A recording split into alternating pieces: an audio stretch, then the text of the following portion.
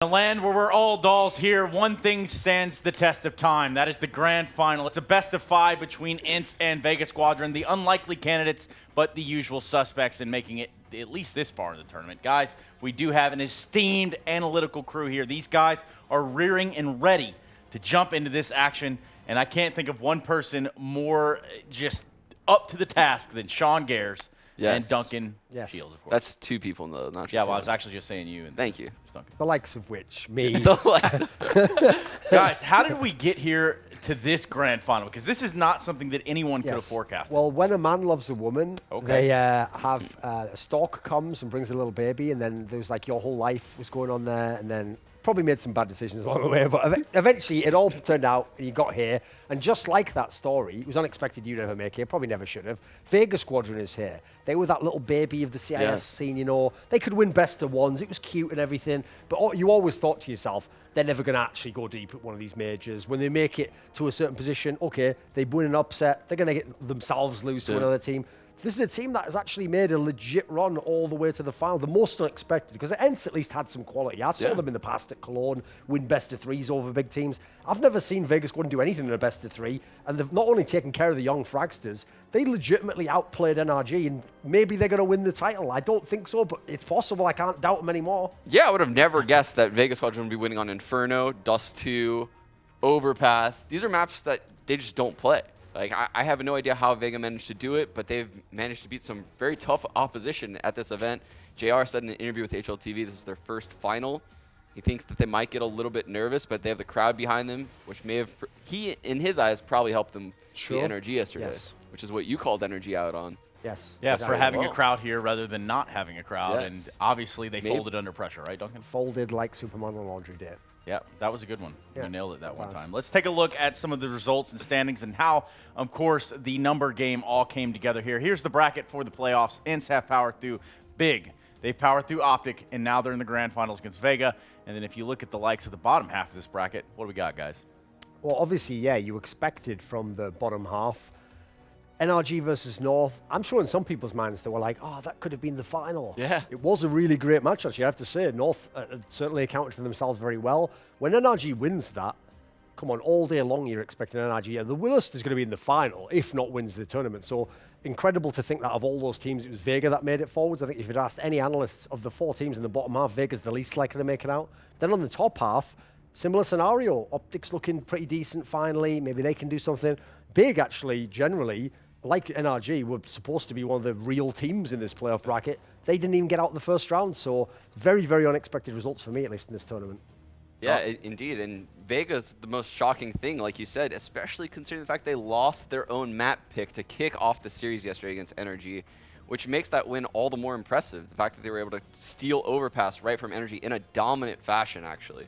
I don't think they lost a T round when they switched halves yesterday. You have a lot of good looks on CT side, so maybe they're hiding something that they just didn't show at the major for some reason. The thing that's really legit as well is, when I remember yesterday when we pulled up like all the games that they'd had in the tournament so far, they literally had not had a single map that anyone had blown them out on. Like, they'd blown out, I think, one team 16-7. Every other game, even the losses, they were like 12 rounds, 11 rounds. You would also, that's another thing. Vega Squadron's supposed to be this up and down team. With the way they play, they're supposed to have like a chance to beat you, or they're supposed to just get beaten outright. They've been actually a much, much more consistent team. The general team-wide performance and contribution they've had has been amazing. It ain't just the chopper show at this point in time. The amount of times I've seen JR not get like a lot of kills on the board, but have 1 or 2 rounds that you immediately remember for the whole game, and you think he won them the game. So I've been very impressed. Hot G, another player I actually had no real opinion of before. I just thought he was an okay player from CIS region. Loads of CT holds, so across the board, impressive stuff from Vega. It's definitely, like you said, it's a team effort when you watch Vega play. JR does have tons of impact when he has the AWP. So many opening picks yesterday against NRG in that game. But when you look at their statistics overall, and yes, stats don't tell the entire picture, but JR is the 11th highest statistic player at this event. That's kind of shocking when you think that they made the finals, right? Sure. To have that's their best player on their team statistically, and he's the 11th highest at the event. So it's really like a team effort. They're all kind of bunched up around that, you know, like 1 to, he's like 1.19, I think, rating. Okay. So, yeah, it's definitely a team effort from them. Well, you want to talk about team efforts. In fact, we can actually have a little bit of a sit down here with the coach of Vega Squadron. Someone's got to herd these cats, and let's hear what he had to say. Добрый день, друзья! Вот настал этот день. Гранд-финал StarSeries. И рядом со мной тренер команды Vega Squadron Артем Иванов, он же Фирс. Привет! Как Привет. твои дела сегодня? Все отлично, проснулись, выспались, чувствуем себя хорошо. Давай вспомним, как Vega Squadron вообще дошла до этой стадии. Какие матчи тебе запомнились в групповой стадии, больше всего и в плей-офф, конечно же? Было сложно. На самом деле мы проиграли один вообще тютельку в тютельку, должны были выигрывать матч с Energy. Да, на самом деле особо ничего примечательного нету, просто набирали обороты, скажем так, наращивали темп, разыгрывались, поэтому, да. Ну и вот как раз ко вчерашнему дню вы, видимо, достигли, ну если не пика, то где-то рядом вашей формы. Как прошел матч против Energy? Вот все уже страсти утихли. Расскажи, как это было для тебя и для команды. Мы сейчас говорим про вчерашний матч, Да, правильно? именно про вчерашний матч, где вам удалось отомстить им, так сказать, за групповую стадию. Да, но мы понимали, что, во-первых, из интервью их тренера у них нереальное давление, они чувствуют сами себе, их создав. Собственно, на нас давления вообще нету, мы оказались в плей-оффе, это уже хорошо, прошли в полуфинал. На тот момент мы ставили себе задачу просто показать хорошую игру самим для себя.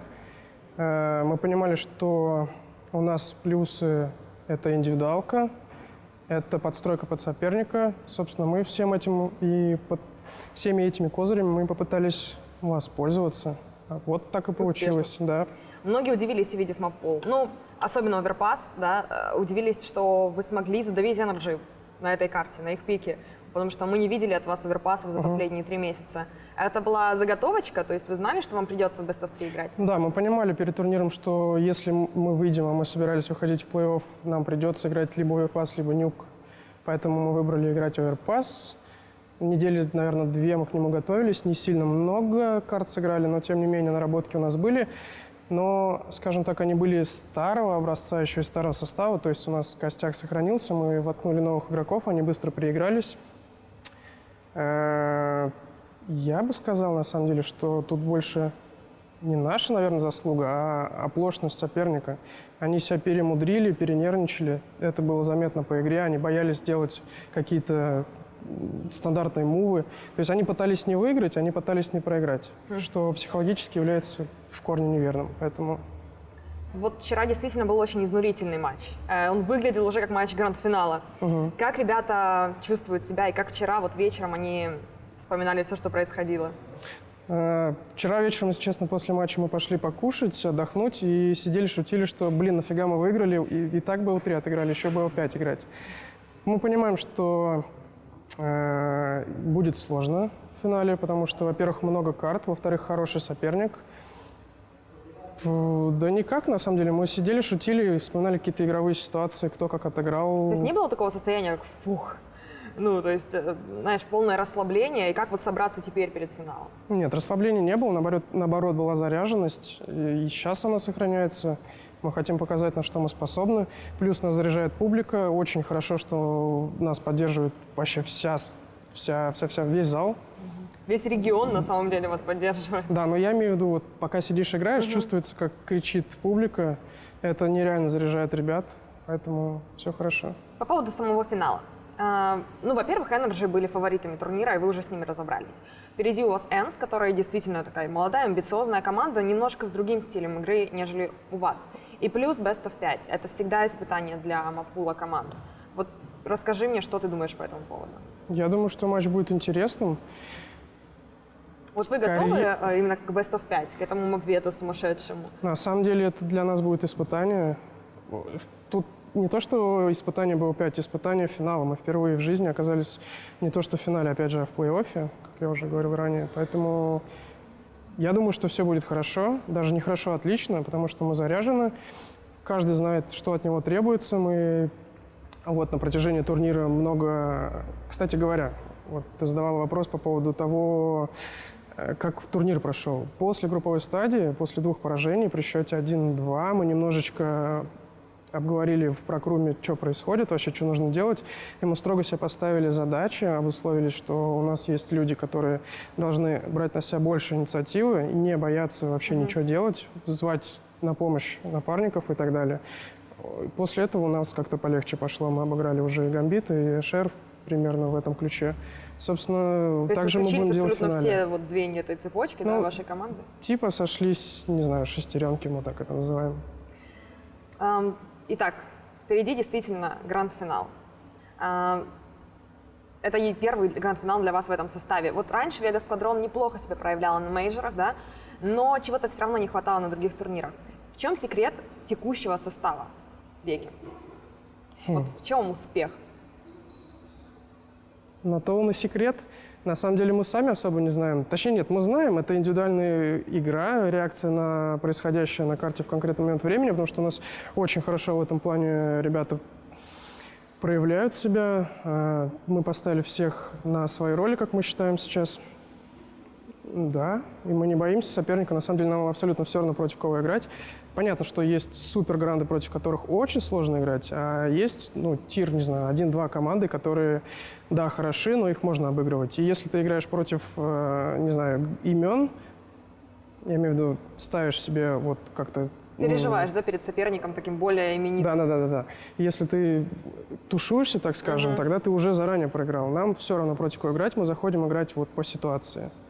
Спасибо тебе большое за интервью. Скажи что-нибудь, пару слов фанатам Веги, всем, кто придет в Киберспорт-арену, кто будет смотреть на стриме, можешь прямо сейчас к ним обратиться. Да, спасибо большое, ребят, за поддержку. Она очень чувствуется сквозь 2 пары наушников. Безумно заряжает. Мы просто в восторге. Особенно Дима и Игорь, они в нереальном восторге. Спасибо большое. Приходите, смотрите, подключайтесь. Спасибо тебе. Спасибо. Vega Squadron, one might even call this a little bit of a Cinderella story coming here. Of course, we haven't really seen much about this Vega Squadron outside of this in the majors. No, yeah, we've seen that hardly any events, and like you said, it's their first time they've reached the playoffs. I was skeptical going into best of 3s, but taking out Fragsters, which have proved in group stage they can play a variety of maps, Sure. and then Energy, obviously, who plays pretty much every map Vega doesn't play. Well, turns out Vega can play other maps. And, the major system, they always try to get those 3 maps, and they're so common, Mirage, Inferno, and then sometimes they would kind of go towards Train. I mean, this is a scenario where they were forced to play other maps, and they've excelled at it. Well, let's walk through their list of, dare I say, accomplishments and their path to this final. Of course, they played Energy early on, Inferno, went to overtime, lost. They go to Mirage against Sprout, they win there 16-12. See Optic on Inferno, 16-9, where Optic bests them there. So I guess we could pause it about right there and say, okay, what was the turning point? How did they say, and well, dare I say, do anything different at that point? Well, to be fair, the teams they were losing to there, at that point in the tournament, yeah, you don't look at Optic and go, they're going to be a playoff team. Optic actually, a lot of people I noticed had them winning that semi-final, go to the final potentially. So that's not really actually a diss that you lost to Optic at that point in time. They were a pretty solid team. NRG turned out by the end of the tournament one of the best in the entire tournament. Very winnable game as well. So I think that was one of the ones where the record didn't tell the full story. They were actually better than the record was, as they proved out with the rest of the matches. Yeah, and I mean, if we look back at, say, yesterday or the day before, I mean, they're also beating local teams as well when it comes to the Hellraisers and Gambit, so to say, which has to give them a little bit of a confidence boost. Yeah, especially the Hellraisers, when that was the one we finally saw them come up on Inferno, I believe. So, I mean, Hellraisers statistically not a great Inferno team, but I think we saw Vega, they're somewhere below 15% before the playoffs started. It was awful. So the fact that they've managed to fix their errors throughout the event, in the JR interview, that he says their communication has gotten a lot better as the event progressed. So maybe that's what's solving a lot of their Inferno issues. Indeed. Yes, indeed. Where in which, that's where we begin to look at the maps. Duncan, say something intelligent here. Let's hear it. Like Sean said, because of all their results, thus far, you wouldn't have considered them a top team on Inferno. But they're up to 30%. That also just shows, because they're a team that hasn't played these maps very often, so they're up to 50% win rate on Dust 2. Must be pretty good, right? They've only played it twice, haven't they? That means they lost one and they won one now. So the map pool is still not there for the Vega Squadron. The Overpass one that's 100% down there, they hadn't played it. I'm still amazed they managed to win it. But that's been, for me, the story of Vega Squadron. That's why there does feel, as alluding to the Cinderella story comment, like there is something special about this, but also something of a one-off, because I don't think when you go and you win in the bottom half of your map pool and you're not a top team, that's usually legit. Some of that's the fact you haven't played that map means no one knows how you're going to play on it. you're having a great tournament, everyone's just feeling their game. You've lost the first map. In that scenario, you're supposed to lose on the next one, go home. You've got the like fighting spirit back against the wall. So if they can replicate it in this final, because obviously we're going to play potentially 5 maps, then we'll see if they're legit on some of these maps. For now, I feel like it's just been an inspired run. What about the inspired run, which is ENCE? I mean, now we can kind of shift the conversation around them, begin to talk a little bit about this Finnish team and how it's not always tense, but it might be easy for ENCE. It has been easy for ENCE since, of course, got nothing to go with it, Duncan. Jumped What off you the got? fence. Well, in the end, it was all Jumped off the Providence. Providence. Okay, yeah, there we go. But yeah, ENCE, similar to Vega, has shown that they can play all the maps, even maps that they typically veto, like Cache is what they picked in the Optic series. Kind of shocked Duncan and I that they actually managed to do that. They looked proficient on the map. Alu had a bonkers performance, something like 25 frags in the first half. Alu and Sergey actually have impressed me the most at this event when it comes to the performers on ENCE. But yeah, ENCE has done it with really good teamwork. Unlike Vega, when you watch Vega, it's a lot of individual plays. JR actively looking for that opening pick. ENCE doesn't really do that, and they have a lot of different T-side looks that they've been giving in every matchup. Yeah, what do you got to say about this ENCE lineup?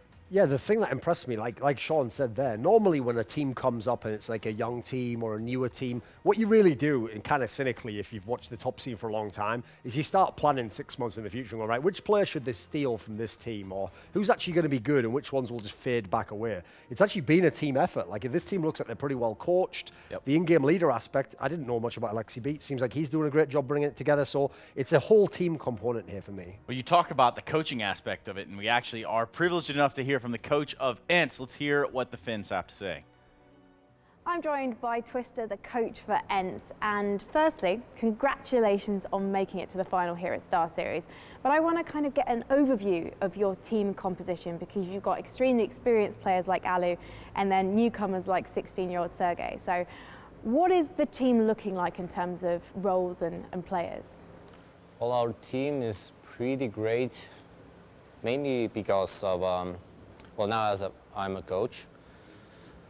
Like, me and Alexi, we bounce a lot of ideas when we play for our gameplay and stuff like that. And usually when I come up with a couple ideas, I know for a fact that Alexi will come for a couple more as well. And then we have Alu, who can like call strats mid-game. And the game plan he makes, it's not for himself, but for the team. So that's like perfect.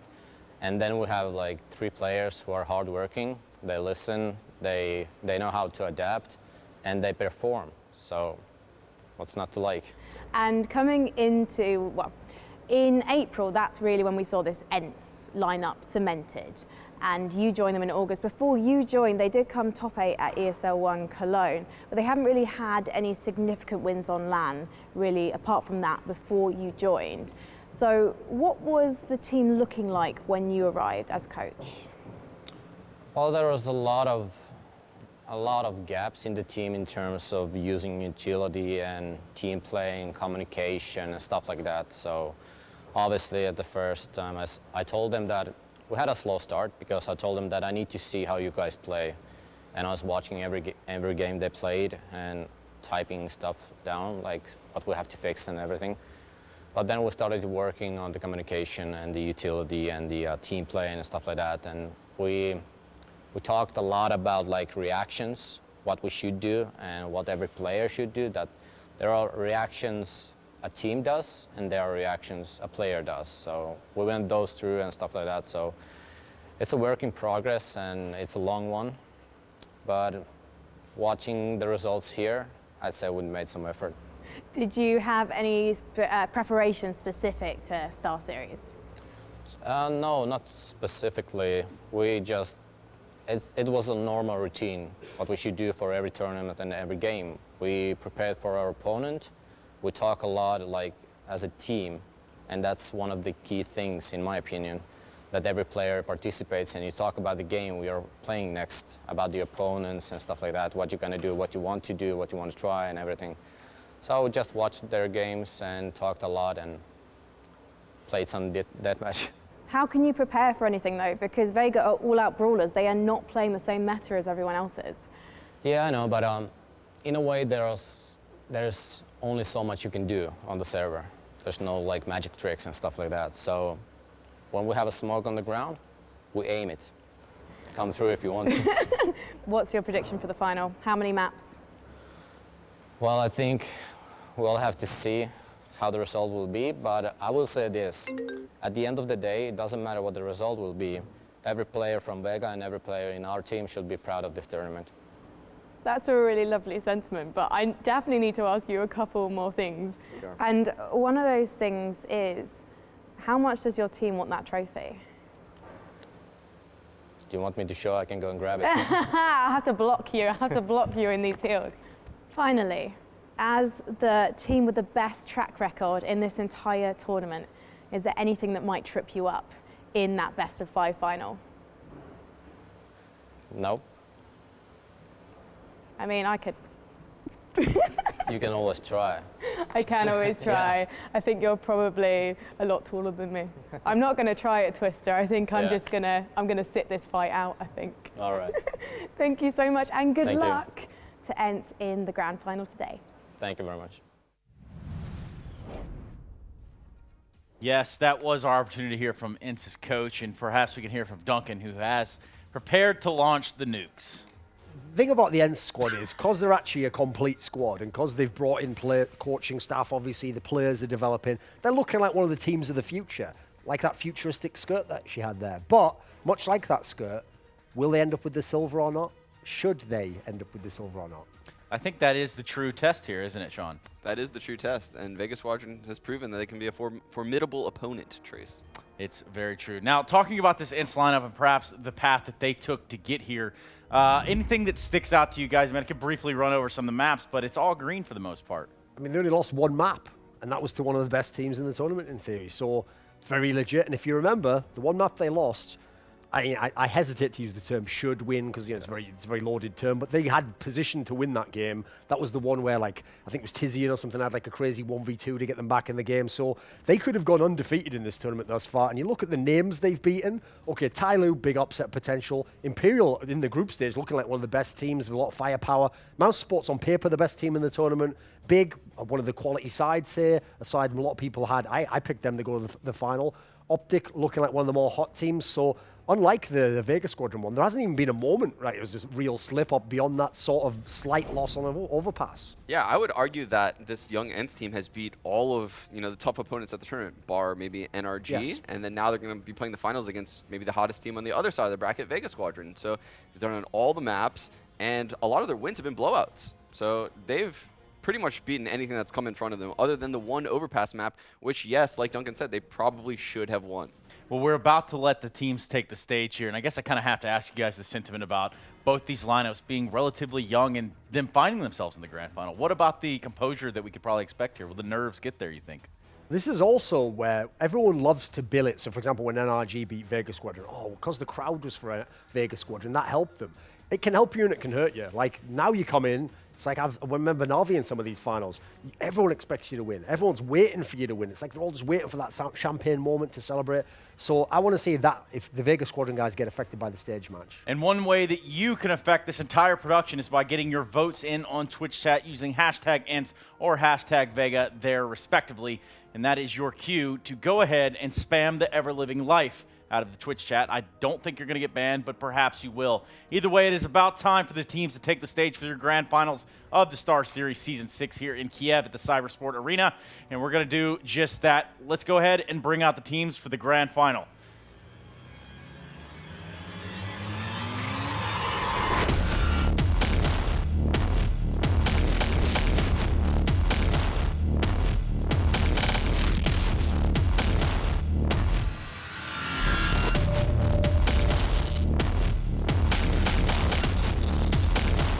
Towards the back of the site can hit far more. He's going to spray down two over at the ramp, make that a third, and oh my goodness, goes for a fourth, grabs it as well, pulls out the USP and aces him.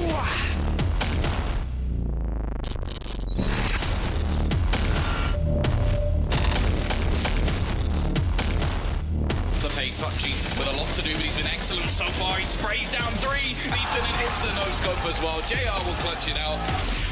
They just went for it. What is that? Krebs has just taken off!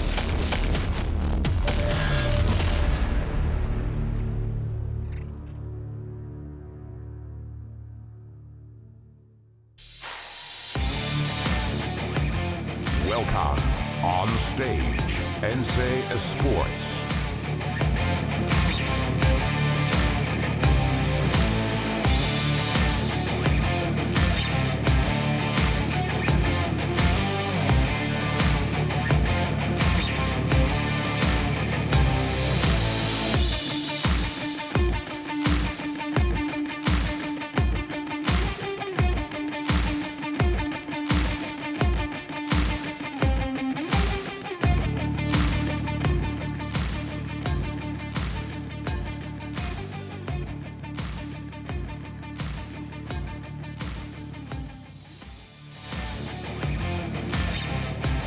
Welcome on stage, Vega Squadron.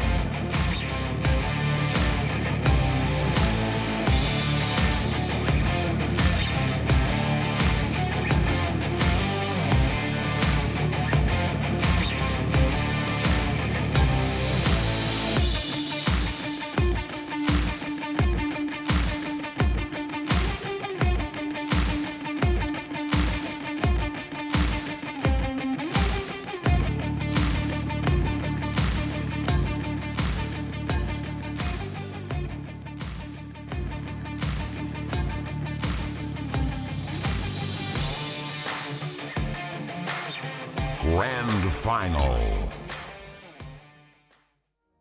Yes, it's true. ENCE Esports, not to be confused with ENCE Esports, who are now on the stage, set up to play against Vega Squadron in a best-of-5, an environment that neither of these teams are too familiar with. And I think one aspect we haven't talked about yet would be the best-of-5 portion of this.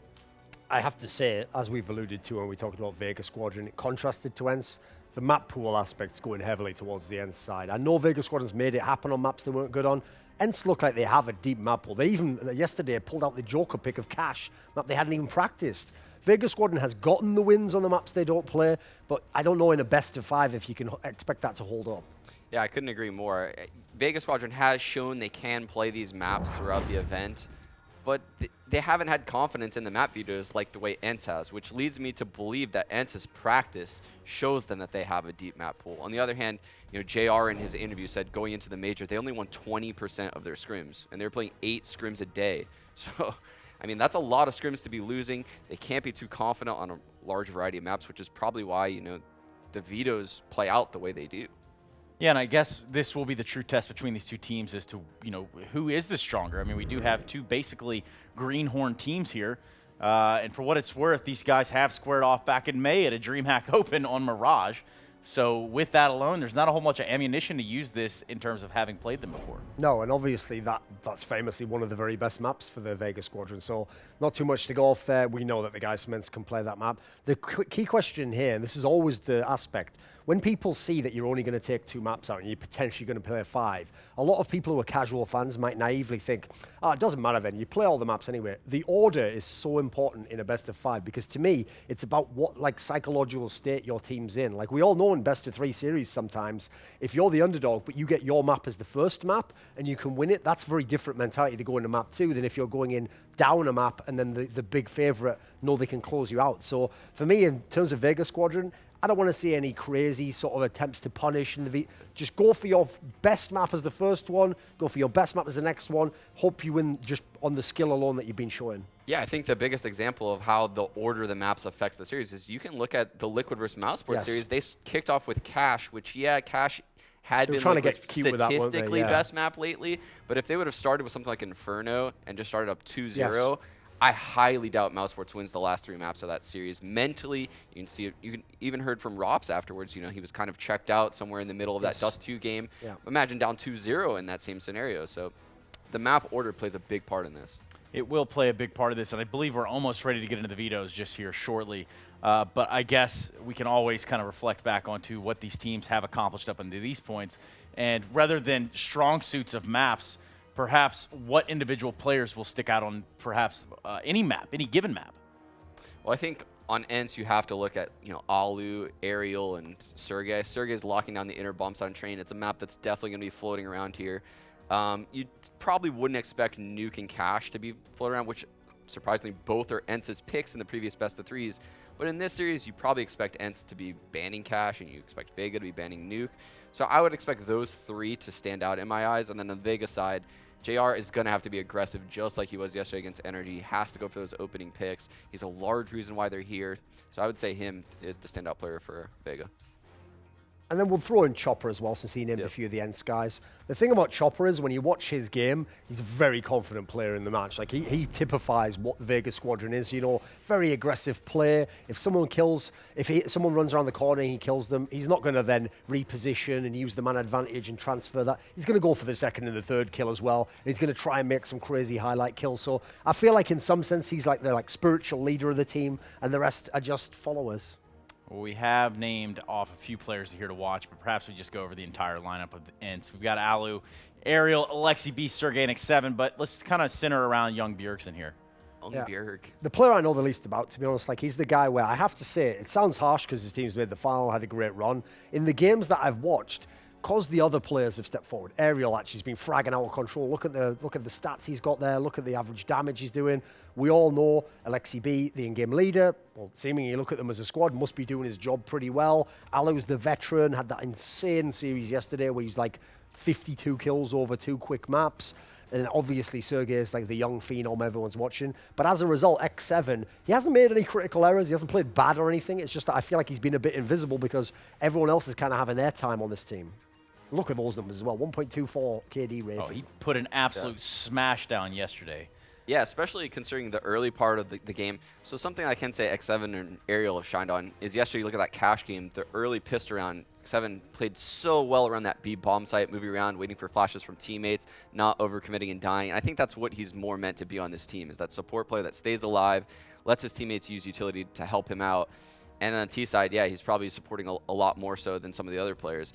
Ariel, on the other hand, he's locking down bomb sites. Whenever I watch Ariel play, he's very confident with the rifles. He's roaming around looking for entries a lot of the times when I've seen him. So ENCE has tons of firepower here. And you got to kind of, I guess, assume that Alu does bring a little bit of that veterancy within the team. I mean, I haven't always known him to be the sort of leader head of any team that he's been on, but within this lineup, he doesn't really have a choice.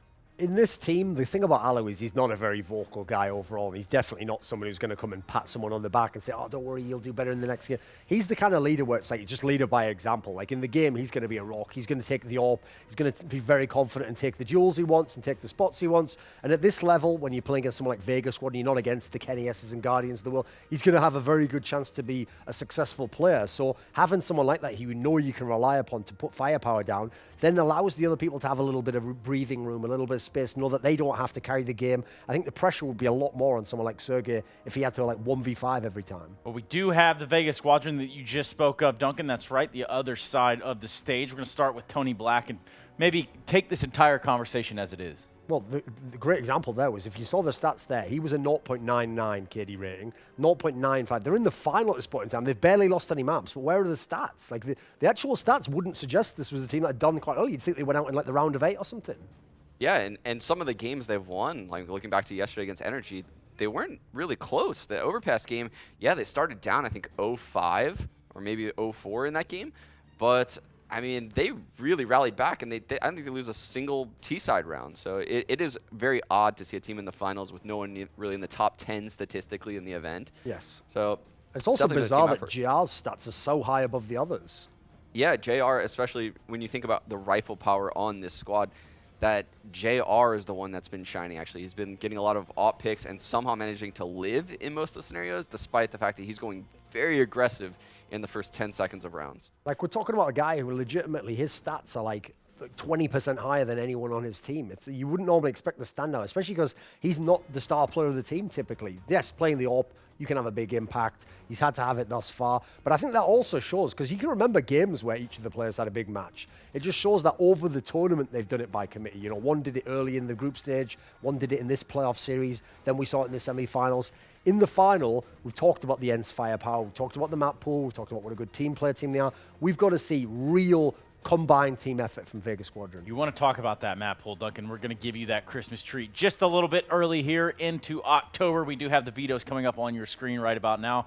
And again, this is a best of 5. Like, luckily, it's fairly obvious, as Sean said, it should be a cash and nuke ban scenario here. Just get them both out of the equation. Now, on the one hand, Yeah, that's good for someone like Vega Squadron. We're not going to be playing them. The downside is ENCE is loving that, and now every single pool in the map in the pool, ENCE feels like they're a favorite and they're going to win. So now, like I said before, the question mark for me now is, especially actually because ENCE is getting to go first, they're going to be picking 2 of the first 3 maps of the series. So the question for me is this: what does Vega want as potentially the one map that they play if they're going to go 0-3? What will they gamble and bank on? Because at the moment it's going to be Mirage, right? Instead they've gone with Inferno. I think that's the right pick. Because if they'd have gone into their old favorite Mirage, you know that ENCE can play that. Yeah, it's definitely surprising that Vega went with Inferno instead of Mirage. It's been the one that's carried them in this tournament, if you think about it. It is. Inferno's definitely been something that they've managed to turn around throughout this event. Maybe they have a lot of confidence coming into this finals. In the past, you would have definitely expected them to pick Mirage. So this is definitely them kind of catering to their opponent a little bit. Like you said, I like the pick of going with Inferno for Vega. And totally logical that both teams let Overpass go till the end. It's a map where, obviously, it's the only map that ENCE has lost in the tournament. It's the one that, in theory, Vega Squadron does not play and should not be getting wins on. So let's just leave that till the very end. If we have to play it, we'll do it at the end. First 4 maps, if you are ENCE, you're loving this. You're feeling like this is 3-0, this is 3-1. Let's see what's going to happen here. And where do you think that 1 would come in? Here's the thing. I actually think the first 2 maps are Vega Squadron's best chance. Like I personally think, like, Train, it's not impossible. You look at some of those results they have there. Big's a legit team on Train. Gambit has always liked Train. Nip actually has been playing it quite a lot in the last 6 months. You go and you look at the second map, which one? Inferno was the one they picked. I know the stats don't really bear out. Like, they're still only on 30% here. Then again, ENCE doesn't really have the craziest stats on it. And I feel like there's something different about Vega Squadron and Inferno this time. So for me, those first 2 is where Vega Squadron's got to establish themselves. At least get 1 to give yourself a chance in the series. Yeah, I couldn't agree more. And I think Inferno is something that Vega's given a lot of different looks in this tournament in Banana as opposed to what I saw previously at the Major. JR has really been dominant with the AWP over at the B-bomb site. On CT side, T side, they're not giving up banana control as much as they used to. The Train matchup to kick it off is really unique because, yeah, like we saw in Vega's stats, taking out Big at the Major, that was a very exciting game. And Vega was making tons of individual plays throughout that entire game. Not typical of what you'd see out of Train. You know, I specifically remember Chopper having a ridiculous T-main flank as a CT and like almost a 5v5 scenario. So that map isn't like an open and shut case by any means. Right. And, well, we do have Mirage and Overpass to score us out. Of the 5 maps, should we make it the full distance here today of the lovely Sunday in Kiev? Yeah, I mean, I guess looking forward to it, we can kind of start to talk about the first map of this series. Is going to be Train, maybe a little bit more in depth. Perhaps what is more favorited there? What's to look out for, Sean? I mean, for Vega, I would probably expect a lot of inner bomb site hits and then kind of grimy outside hits. And what I mean by that is not a lot of utility. You're not going to see tons of executes coming from Vega on the outside bomb site. Whereas ENCE, I know they're capable of those executes on the outside bomb sites. I know they have a really sick inner bomb site execute. And I know from what we saw against, I believe it was Big earlier in the tournament, they had a really nice Ivy split. So ENCE has tons of tactical diversity on a map like Train. It's carried them throughout this event and previous events that I've watched when they beat Imperial and had that sick comeback down 15-11 at DreamHack Montreal. Yeah, this is going to be a map where I think, despite the fact that we're talking about the results, they've got the upset wins on land of the Vega Squadron.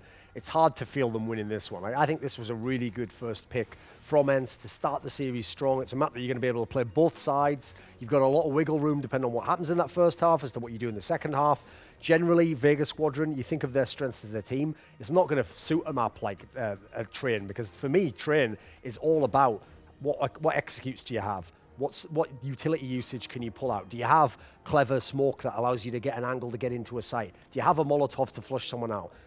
I don't know if they have, but if I had to bet, if there was a loot bot option for loot.bet for whether or not you could get the utility usage out of Vega Squadron, I'd probably say no. So I don't know what the odds on that would be, but odds are that if you even want to make it to this match, you should put in an SLTV code and get, what is it, 10% or something? I don't know. Who cares? There you go. 1.45 to 2.62. Nailed it. Absolutely nailed that. And that's why I think we're going to put you on the commentary desk for the finals, man.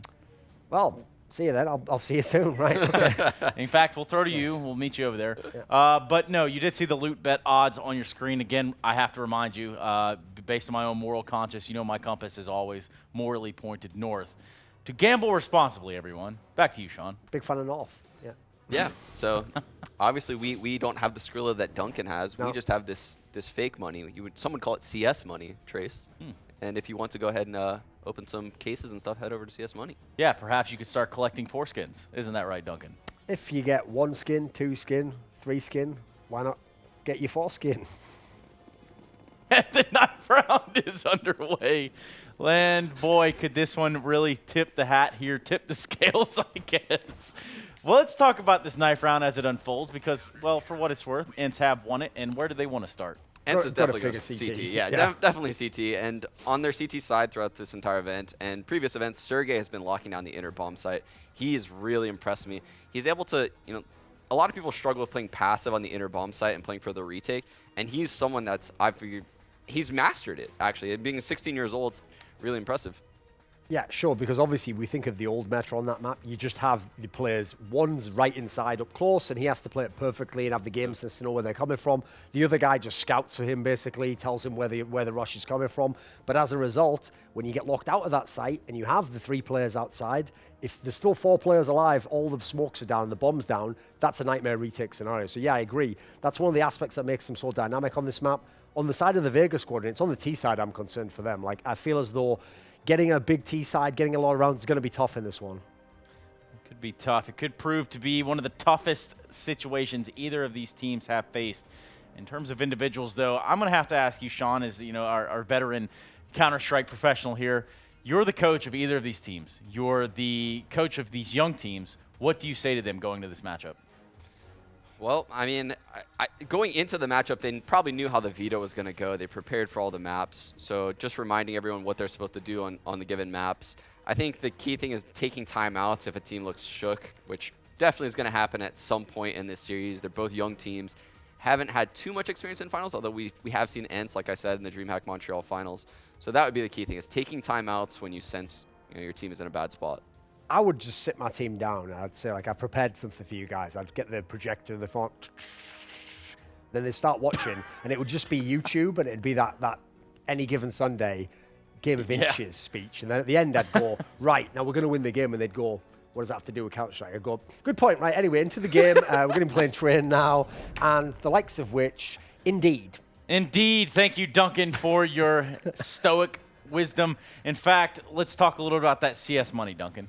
Yes, well, we already did that. Sean did that. He mentioned the CS money. Unfortunately, we have to do it again. I could make a hell of a case that you've forgotten one of our sponsors, Hellcase, where you can go over there, open cases. Also, CS money is not just skin in the future. Get on your game guy with that button. All you do is press a button. That's all you do. So press that button. You can press the button on your mouse, move it up to the browser, into the thing, URL, HTTPS, yes. Always use the secure mode in the modern day, Duncan, / So you can choose what goes in your cells at Hellcase. What would you choose in your cells if cases. it was a real-life case? Cases, right, okay. What would you put in there? What would I put in there? 3 or 4 skins, perhaps? Listen, I lost my foreskin when I was younger, not for any sort of particular reason, because that's the problem. I didn't gamble responsibly. So I'm looking to collect skins, maybe get 4 skins again. And at that point in time, I'll be covered. And, yeah. Okay, let's get back down. Yeah. Let's talk about some predictions before we lose the plot here. Nothing wrong with that. Let's start with you, Sean. You're currently crying. What's funny about that? Sean, what do you got in this matchup? Let's talk about a prediction. The entire series or just the first match? Sure, dude. I definitely have ENCE favorite in the series. Like Duncan said, I've repeated throughout this entire tournament so far. ENCE has a fantastic map pool, and starting with Train is a really good way to kick it off. Usually, when a team kicks off a best of 5 or best of 3 with a win, it's very difficult to come back from something like that. Obviously, we saw something otherwise with Vega yesterday, so maybe this map isn't so important. But I definitely think ENCE can start with a 1-0, so that kicks them off on the right foot. Yeah, I'm going to say as well that I think ENCE wins this map. I have them for the series. Like I said, I'll give Vega a chance to get 1 map, not least because, by the way, no matter what the map pool is, it's so tough to 3-0. To keep that mentality at the same high level, for the opponent not to ever have a good game. But I'll say ENCE is going to win the series. ENCE is going to win Train. Let's go. ENCE is going to win Train. I'm also going to have to say that ENCE might have this one in the bag, just on the bright side of things, in which, indeed, they do have the seemingly necessary tactical approach to the game. They are playing strategically sound Counter-Strike. It's a real beautiful thing if you're a Finn. In fact, this is a rematch of the Winter War, in which it will be the likes of Vega Squadron taking on that of ENCE. And we're about ready to jump in this game, and perhaps we find out who's on the other side of the camera. You could be up for a surprise. I don't think anyone is more surprised than us. Yeah. It couldn't be possible that someone is more surprised that we are doing this. We're an unlikely duo, but I think we'll give it a fair crack. I mean, we'll give it a go, see how it pans out. See if we can do it justice. Yeah, no, I mean, I hope we can. We have a good map pool here. Obviously, those bans were pretty obvious, as the desk was pointing out. Going into this one right now, I think ENCE has clearly been the best team throughout the tournament, and Vega with the fairy tale storyline. So there's excitement for everybody. All the viewers out there should be having fun. Yeah, absolutely. And I mean, if you want to, play the case of Vega Squadron, fairy tales usually end in a, have a happy ending in that sense. So not the ones I'm reading, unfortunately. Yeah, well, the one depending I'm living. the one you've grown up with, maybe. Had a bit of a happier ending. So Vega, they've continuously impressed us as they've gone through this playoff bracket. I mean, group stages as well. I've gotten to the point where I feel like I can't even doubt them on maps they don't play, and that is a bit of a strange scenario to be in. Well, it's because they scrap, right? They have such a scrappy mentality here in the game. They can get anything done with any weapon. You saw yesterday they were doing crazy buy rounds that we do see out of these regions that are approaching Counter-Strike in a little bit of a different way. But the thing that I liked from the HLTV.org interview was this is the way they practice, and if this is the way that they practice and they're making it work here, can't fault them because that's fantastic. It's working. This is them legitimizing themselves. Absolutely, and I mean you could tell how much of an impact that had on the game yesterday versus Energy, just to the point where towards the later stages of the third map, Energy started playing way out of their comfort zone in terms of going for aggressive pushes and stuff like that, which is not their bread and butter. They don't practice that way. And if a Vega Squadron can be that effective and that much of a nuisance that they actually make you alter your entire play style, then I think they might have a chance in this. Yeah, if they can do it to NRG, there's no reason they can't do it to ENCE in any regard. And I think, some of the things that I noted at least was in the retake scenarios, especially on the CT side, ENCE are more than happy to let you plant the bomb and then play the post-plant as a team, like give you room and then shut you down with really fantastic trading. Whereas Vega, when they're on their CT sides, as you're planting the bomb, they're in your face. They're there not allowing you to have any wiggle room. So that's going to be a nice contrast to see how this one plays out for both sides. I think ENCE are going to struggle a bit more if they do get put under that pressure. That's something which is harder to be used to. You're expecting teams to play a certain way, and when they are being brought up with the style of CS that is fundamentally sound, or at least the meta that we know and love, you can get shaken very easily. Oh, yeah. I guess now you can, start talking about how much that Finnish blood is going to come into play. I've rarely seen Finnish players just throughout my history. Yeah, exactly, yeah. I've rarely seen through all my time playing Counter-Strike and going to these international events with Finnish teams that they do get rattled, which is kind of weird. I mean, it doesn't matter if it's like in a positive manner or I guess rattle in a positive manner is hard to do, but they don't get carried away by any means. They could have the sickest round. You can have, a game-winning 4K. Going down, and they'll just be sitting there as somber as ever. And I think having that kind of a balance can definitely be good for you going up against Vega, because they're going to invite you to be a part of that chaotic ballad that they like to dance. Well, ladies and gentlemen, boys and girls, strap yourself in. The freeze time is ticking down. We're about to get this one underway. The first map in the best of 5 grand final of the StarSeries I-League Season 6 here in Kiev, Ukraine. We will have on the CT side ENCE and on the T side Vega Squadron. Business as usual to start things off, obviously with ENCE winning that pistol. And I mean, for you, when you're looking at Vega here and going into this T side, is it simply going to be finding one strategy that works for you, or is it going to be trying out pretty much throwing a different look for ENCE at any given turn, even though you find initial success with, let's say, a default? Oh my God, that's the way to kick it off. As we're settling in here, we're talking about the play styles. Ariel showing what he showed us yesterday on Mirage with an absolute beast of a shot onto JR, one of the best performers so far in the tournament from Vega. Trickling over towards the inner bomb site is the rest of the Vega Squadron team. And 2 players are waiting in the backlines for ENCE here. So they're more than happy to play the retake. And this plays into that narrative we were talking about with the fundamentally sound percentage plays of this Finnish squad. One flashes. Now one smoke as well, just in case there would be any sort of Molotov shenanigans coming from Vega. They can make their way onto the bomb side. Bomb's going to get dropped as well. Sergey, from that positioning, is able to find 2. That's Hoochie and Crush down. Right now, Glocks at long distance doesn't really favor you. Tony Black left alone. He's been impressive so far this tournament, but starting off the finals with a 1-on-5 ace might be a little bit too much to ask of him.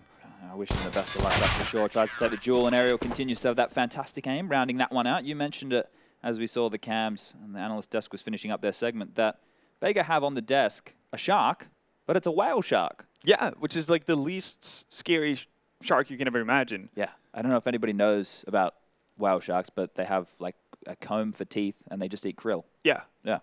not exactly. I guess maybe you could get swallowed by it. I don't think so. I think they have a very small esophagus. Yeah, it's the same thing like a blue whale, right? It's the size of a grapefruit. Yeah. I think what we'll set up for everybody, obviously this round right here will be a force buy, so there is a chance for it to be a little bit more exciting. But when we get those full ecos, we might start talking about different animals, because this is the mega shark versus the giant octopus. It's a great movie. I don't know if you've seen it. Can't wait for the following sequels of it, yeah. I think this could be the sequel right here. Chopper will get a kill onto X7, making this one interesting. JR has found a lot of room, but only with the Glock in hand, so this is going to be difficult. He tags away. Position is given up here. Should be closed in on any minute, as Ariel will miss, but Alu pushing up slowly. Will be punished from Crush with a deagle shot from Team A. Now the round gets interesting as another kill falls for Hachi. Vega Squadron doing what they do best, making chaotic situations work. Lots of pressure now on Sergey and Ariel. The deal continues to rein in as this round looks like it's done and dusted. Sergey, we know how good he can be, but a 1-on-5, it's not going to happen. Gets one kill. A little bit of solace there, but quite a simple approach from Vega. Yeah, just walk out, see if you can find a way to win your duels, and they do so as well, even with very limited weapon. I mean, it's not like everyone's decked out with deagles. Saw JR doing significant damage out by 7 Train there with a Glock only to his name. And the best part for Vega, right, obviously you win the round. That's fantastic for you, but you pick up so many weapons as well. So what kind of investment have you had to make here outside of getting armor on everyone? Not really a whole lot. And they're going to have a hard time being able to replicate this. And this is one of the things that threw energy off kilter, really. The fact that Vega were so successful in doing damage with their eco rounds. But X7! All right, then. Looks like it was from the back of the bomb train. He's able to light up the board with 2 big deagle kills, and this is a brawl to kick things off. 2 rounds in, and the force buys back and forth already showing some fire. Damage continuously done, and into the hands of Ariel runs JR. He falls, and no damage to be done at all. The force buy from ENCE is just as powerful of that as Vega's. This is a great way to start, showing both teams are more than happy to take the fight, and aim for everybody seems to be on point. When they're offered the jewels, they hit the frags. We could be in for a bit of a slog as Crush taps away, gets 1 kill, but should be finished off momentarily with 11 points of health. It doesn't give us too much to analyze from our, color perspective, because it's people just hitting nutty shots. Look at this, bang, bang, away you go. X7 knocking down 2. And back again they buy. That money situation you spoke about immediately paying dividends. Yeah. And I'm assuming ENCE would have to be having a bit of an inkling as to this might be the case as well. Chopper, the only one who wasn't able to hold on to a weapon going in after that first eco or force buy win. He's going to be in a P250, but doesn't mean he's not going to have any sort of effect on the round. You know what's crazy? We still get the 3rd round gun round, all things considered. Just, I guess, a little bit of different take on it, considering it's the T side this time around who don't have any utility. Normally, it's the CTs that would struggle. Gap in the smoke there. Crush did see one member loitering around in the back lines, but he's been able to take some space here. And the fact that they don't have any utility means they need to find kills, and that's not going to fall in the favor of Crush, as Ariel will take him down. 4-on-5 situation now. They do have so much room to work with, but problem finding jewels all across the map as kills are being scattered across the board. Alexi be on top of the train, will take down JR. That leaves a lot of pressure on Hachi and Chopper, as the outside is where they want to go. Chopper not being able to scavenge any weapons before just now. Still do a lot of damage with an AK here. And depending on what kind of angle he gets into, some of the ENCE players might be isolated. Ariel here, first man to potentially take the duel. He's going to win it out as well. Those are 3 kills to his name. Huchi alone. There's a lot to move out of Ivy, but not allowed to go much further. So ENCE, they stabilize, finally. Stop the shenanigans of Vega Squadron, and highly doubt we're going to see any sort of force buys coming into this from Vega, though. Yeah, nice and clean round there. X7 considering the same as you, thinking they will take that save. Opts for the MP9. Means he can farm a bit of cash with that bad boy. Yeah, X7 playing towards that Ivy area, so we'll see. I haven't seen enough ENCE games to know whether or not, in kind of in scenarios like this, if they like to play aggressively, if they like to hang back, play pretty standard. X7 is actually going to move aggressively, but the rest of the team of Vega is moving towards that inner bomb site. From a distance, Alu now gets his first kills on the board. They will trickle into the site, but straight into the hands of Sergey and the waiting counter-terrorist. They'll obliterate that full eco. No damage done, no bomb planted, but enough money on the board to scrape together some AKs and some utility. let's see if they opt for that same play, just trying to sneak out and take a bit of yard presence, because ENCE have been more than happy to sit in the back lines. Playing that percentage Counter-Strike, the reason you like to see that on train when you know teams are on low buys is so you don't give away weaponry. Now the scenario changes. Absolutely. So one downside for Vega is that they haven't been able to get an op into the hands of JR. He was $150 short of potentially going glass cannon, which he's not opposed to do. Let's see what they go of it. They're actually moving pretty quickly here towards the inner bomb site. X7 with that P9 from previous round.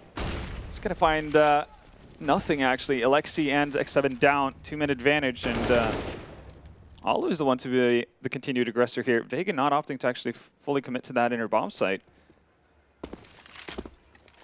Given what we've seen out of Vega previously, you wouldn't be surprised if they actually managed to, or if they decided to, just roll on in towards that B-bomb site. Put the brakes on, and that allows for Alu to find at least one man on the Vega team. Becomes doable now with Chopper and Tony Black's HP, and a lot of utility still left on the side of ENCE here. 3 HEs, one of them lands, and that's away she goes. Good night, sweet prince. Also, look at how far forward the single players on Vega are right now. JR is moving out with the bomb out by Olaf. Isn't this the perfect example of what we talk about when we say the uncharacteristic or the signs that they don't play fundamental CS? Because this is very different from a normal look that you would see from most top teams. Yeah, JR being the initiator here. Hasn't really gotten anyone from the side of ENCE to bite on. They're pretty much counting or banking on a retake here out towards yard with Alu's positioning. And if he can get the duel versus Chopper. Oh, the timing.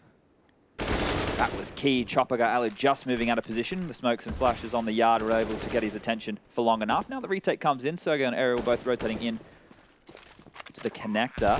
Nade's going to land, do a little bit more damage, but it wasn't one of the low HP players. Now it becomes more and more difficult. A flash and a HE left on Ariel to get them out of that position, but a duel to be taken, and Ariel lands a big shot. His aim has been on point. 3 more heads to find.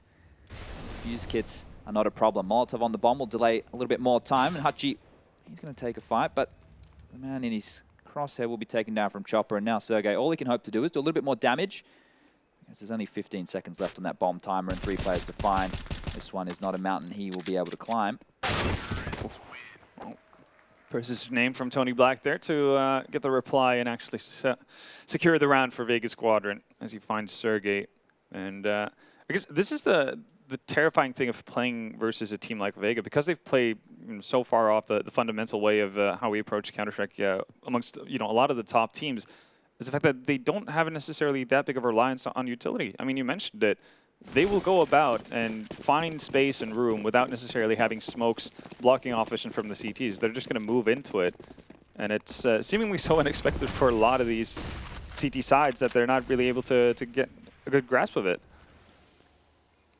Just to note quickly, they are throwing those same opening move smokes when they have had the utility over towards E-Box in the 5 lane. And here, they're showing a different look. Want to go quickly towards inside, straight down the low ramp they pop, and Alu's waiting with the one for him, re-peeking for the second, and Tony Black will punish. A 4-on-4 as the inner bomb side is opened up, and Sergey has to mitigate the push. Denies anyone planning initially, at least, with that Molotov going down. Chopper, though, still going to have room. 4v4 retake, still a healthy amount of utility, and nobody's pushed up on the side of Vega. That's usually a pretty look at this. Essential part here for an inner side defense, but 3 men down lower, that could also work. Gets the beneficial trades here. What an interesting approach there at low ramp. Now we find ourselves in a 2-on-2, and towards high ramp, Sergey has to win that duel. He does. He takes down JR. That's Crush now on the flank in a 2-on-1 situation. They both have kits. They consider it's not planted for him, and it's just going to be diffused here as he jumps on top of the train. He will find the kill, and that's the round for Crush. I didn't think it was planted in the open spot, but it was. That's a huge 2-on-1 victory there. Keeping calm, keeping composed, didn't panic even though they could have been sitting at which they were, and hits that shot, 1 bullet to the head, and that forces ENCE onto an eco. Oh, as I say, eco. They're going for the force buy here. X7 and Sergey had 3,000 or less, and they'll still opt to buy into this. Yeah, and P9 and Scout being brought out on the side of ENCE. They just kind of want to get right back into it as quickly as possible, not let Vega Squadron get on a bit of a run, solidify their economy. JR does have an op, though, but not going to be able to best Alu. He might not even be expecting a buy coming out, or at least on an op on the side of ENCE. Yeah, a lot of damage was done to their economy in that previous round, so the fact that he was able to get that up is huge. I'm going to find trades with a nade and a headshot from Chopper, and running through the flames. X7 with balls of steel. Thinks he's doing some Tony Robertson motivational speech about running over hot coals. Whatever it was, it did work. Only taking 25 damage to upgrade to an AWP. Sergey's also going to go move forward. Swap out that MP9. So even still, ENCE in a position where they can definitely bring this back. Could potentially use X7 as a sole defender towards that inner bombs. And there you see, that's a panic nade right there. One. This is what we were talking about with the approach of ENCE in the retakes. The fact that they want to let you get the bomb down and then they're going to trade efficiently. But Vega's uncharacteristic style of playing together in these post plants definitely paid off in the last round as X7 will find a kill. Nade's going to fall on in. Not doing enough damage, and Chopper pushing up on his own. Can't be traded. Sergey kills him. Caught with his pants down. Crush jumps into the arms of Ariel. And now Hachi with the bomb down. In this scenario, that's a victory. All things considered, this was a very winnable round for Vega. Knowing that was a bit of a mismatch of a buy.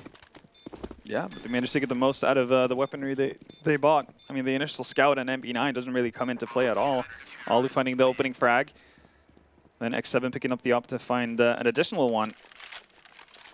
Definitely sets you off on the right path. So ENCE managed to actually put that stun into Vega Squadron. Vega are actually going to force buy into this, but they're going actually very heavy on the utility here. Kind of would have expected to see perhaps AKs drop the round. Instead, it's going to be loads of Tech 9s, 3 Tech 9s, a Mac 10, and I've actually yet to see the Tech 9 have any sort of vital impact in these kind of force buy rounds when we've seen the few teams that have swapped over from the ZZ. Yeah, it's this could be the return right here, though. Vega could be showing that they're back in vogue. An inner hit would probably be the best place on the map to ply them. It does look like they're relatively indecisive right now. Chopper moving back up. They do have smoke, so this is looking like it is going to be the yard hit. That smoke will go off and block off Ivy, so they don't have to worry about the long-range duel where X7 is currently residing. However, Ariel will be in front of that. So will the connector player. Hit comes in. Towards the yard they go, and the crossfire lights them up. 3 players drop quick as you like, and that leaves Chopper and Tony Black with pistols against these rifles, a long-range duel, a very difficult task. Yeah, bomb being down at the 5 train as well. Is that they have to go far and pretty much commit to the yard area in order to retrieve it. How they're going to go about that is a completely different story. They have a Molotov, so they could potentially remove any CT side player around E-box or something to that effect, but obviously still 4 other players from ENCE to go, and they've actually rotated pretty heavily over towards Yard to keep an eye on that bomb. Taking their distance as well. So for now, ENCE at least sticking to their guns in terms of playstyle, not doing anything silly or unorthodox by their means. Ariel Alexei combines to find Tony Black. It's a nice nade. It is. Question is if he's going to be able to find the follow-up, though, with the bullets on that Tech 9. 6 HP on Chopper, just kind of hanging out, and his time runs down. He needs to jump into the gauntlet. That means 6 rounds on the board for ENCE. And what started out as a pretty chaotic affair has simmered a bit down and getting into the groove of things. But I guess it's somewhat to be expected, all things considered. Going into train, we would have pegged ENCE as a bit of a favorite.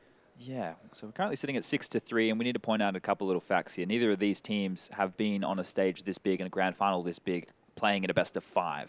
Yeah, I think just the entire feature of a best-of-5 is pretty uncommon for these guys. I mean, we saw how limited, just in terms of the last 3 months, Vega's map pool has been, right? And now they're pretty much forced to play the majority of that map pool that they haven't really explored too much, at least not officially. I think it's pretty safe to say that when we saw them play Overpass yesterday, even though they didn't have a single official game on it, they definitely knew the A's and B's and, well, everything. The entire alphabet, really, of how to play Overpass in a pretty efficient manner. Yeah, they had a bit of prep there, but with the best-of-5, these teams will learn very quickly this is a marathon, not a sprint. If you can close it out 3-0, that's fantastic, but that's still 3 maps. That's still what they were playing throughout the other playoff stages. This one, it will be a full eco coming in on the side of Vega, not even a flashbang picked up. And this actually gives the buffer for ENCE to be able to build that economy. In this round still, you can see they're only sitting at roughly around that 3K mark for most of the players. Vega feel they need to get a little bit more money on the board to be able to go for executes, get that AWP up on JR, which has been so effective with, but with that in play, it means they're going to run into the blend up. Soga going to start a few pats, going to drop that bomber. That's heads up. It's actually going to get them a bomb plant out of this round. Wow.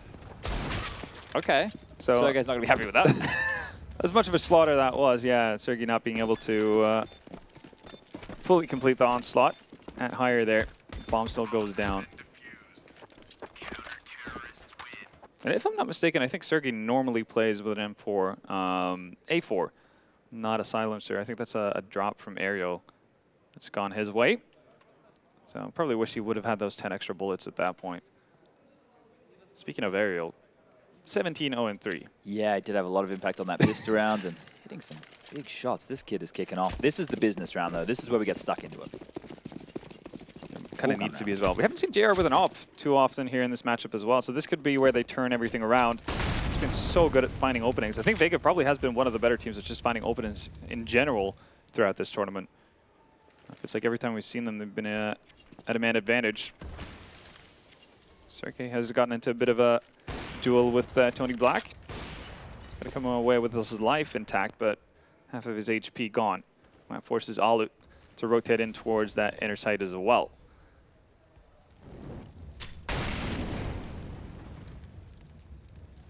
Pick here right now. Aerial continues that crisp aim and takes down Hachi with ease. That's the 4v5 advantage very early on for ENCE. At this point, they can just turtle up. They can just sit back. They can play the trade game.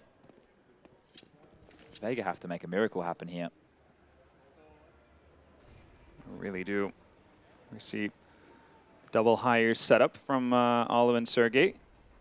Not a massive fan of this. I feel like it could be exploited. A couple of flashbangs and leave you fairly vulnerable, but they've been having success with it so far.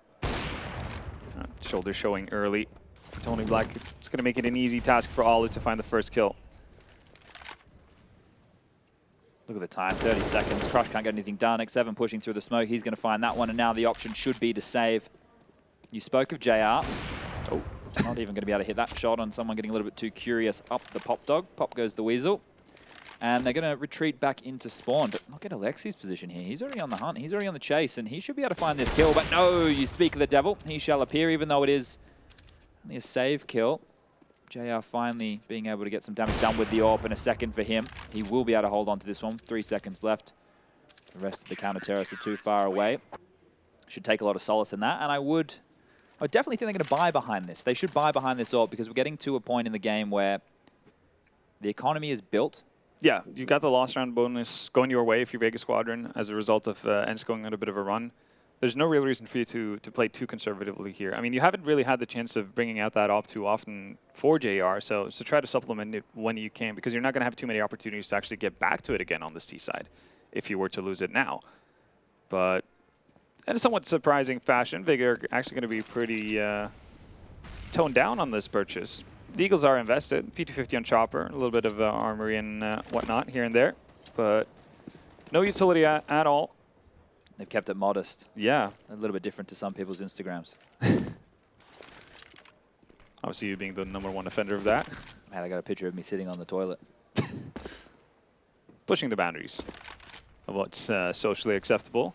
It's the inner Australian in you.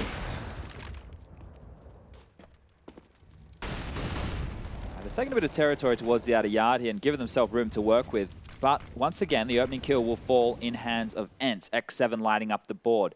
Things are relatively slow as Vega want to take one-on-one duels, but JR eventually will strike true with the ult, finding them a little bit of a chance in this one. Clock ticks down. We're just about 50 seconds, but still completely disjointed. All members of Vega are separated across the map. They have to look everywhere, heads on a swivel, as Chopper is being swarmed on from both sides. Didn't expect him out that far, and Chopper finds one. Has a chance to follow up with the second here, but hasn't actually re-peeked. Gonna let the rest of his teammates go for a face, but no, he's proved me wrong. The caster curse lives on. And Tony Black and JR now, with 30 seconds left, they have to go for this. You can't keep holding on to the AWP. Eventually you need to get some rounds on the board. And it looks like they want to head towards the outer yard, as with the bomb and AWP in hand, JR is pushing closer and closer towards Alexi B and Aerial's positions. A guy to the left, a guy to the right. He get tagged down, dink, dink, dink, and he will drop. This round should be in the bin as Tony Black with the Deagle. We've seen him hit some fantastic shots, but the clock is his enemy more so than the CTs. Isn't even going to be able to find one, and now the money, the max loss bonus will come in for Vega. but they don't have it up anymore. Unless Crush wants to pretty much land on the sword, he's not going to do that. Buys a Vinican utility for himself. I think they would have gotten more out of actually buying up in that previous round. At least it would have had that op on JR to potentially start things off. They have to go fast, I think. However, I think they need to play quick. You know, they need to really thrive in that chaos right now. They're getting a little bit of room, but they're not able to take the jewels based on ENCE's positioning, how fantastic their utility usage has been. You're going to see that double op come out again for ENCE. X7 joins Alu. Means Ivy is going to be pretty tough to get forward in. X7 actually, standing through the flash, seeing if he can find the timing. Wasn't too far off, but still not going to net a kill. Let's just look at this for a second. Everyone direct your attention to the top left of the screen. You can see the map control has been garnered very early for Vega, right? They're being given, they can go for fights at Ivy, they can take control there. They've already got box holes under theirs. The only place that they don't have would be Pop Dog, and that's because of the forward position of Aerial. And that's key if they want to be able to go for an outside attack. See JR making enough noise to actually draw at least 2 of the defenders on the side of ENCE towards Ivy.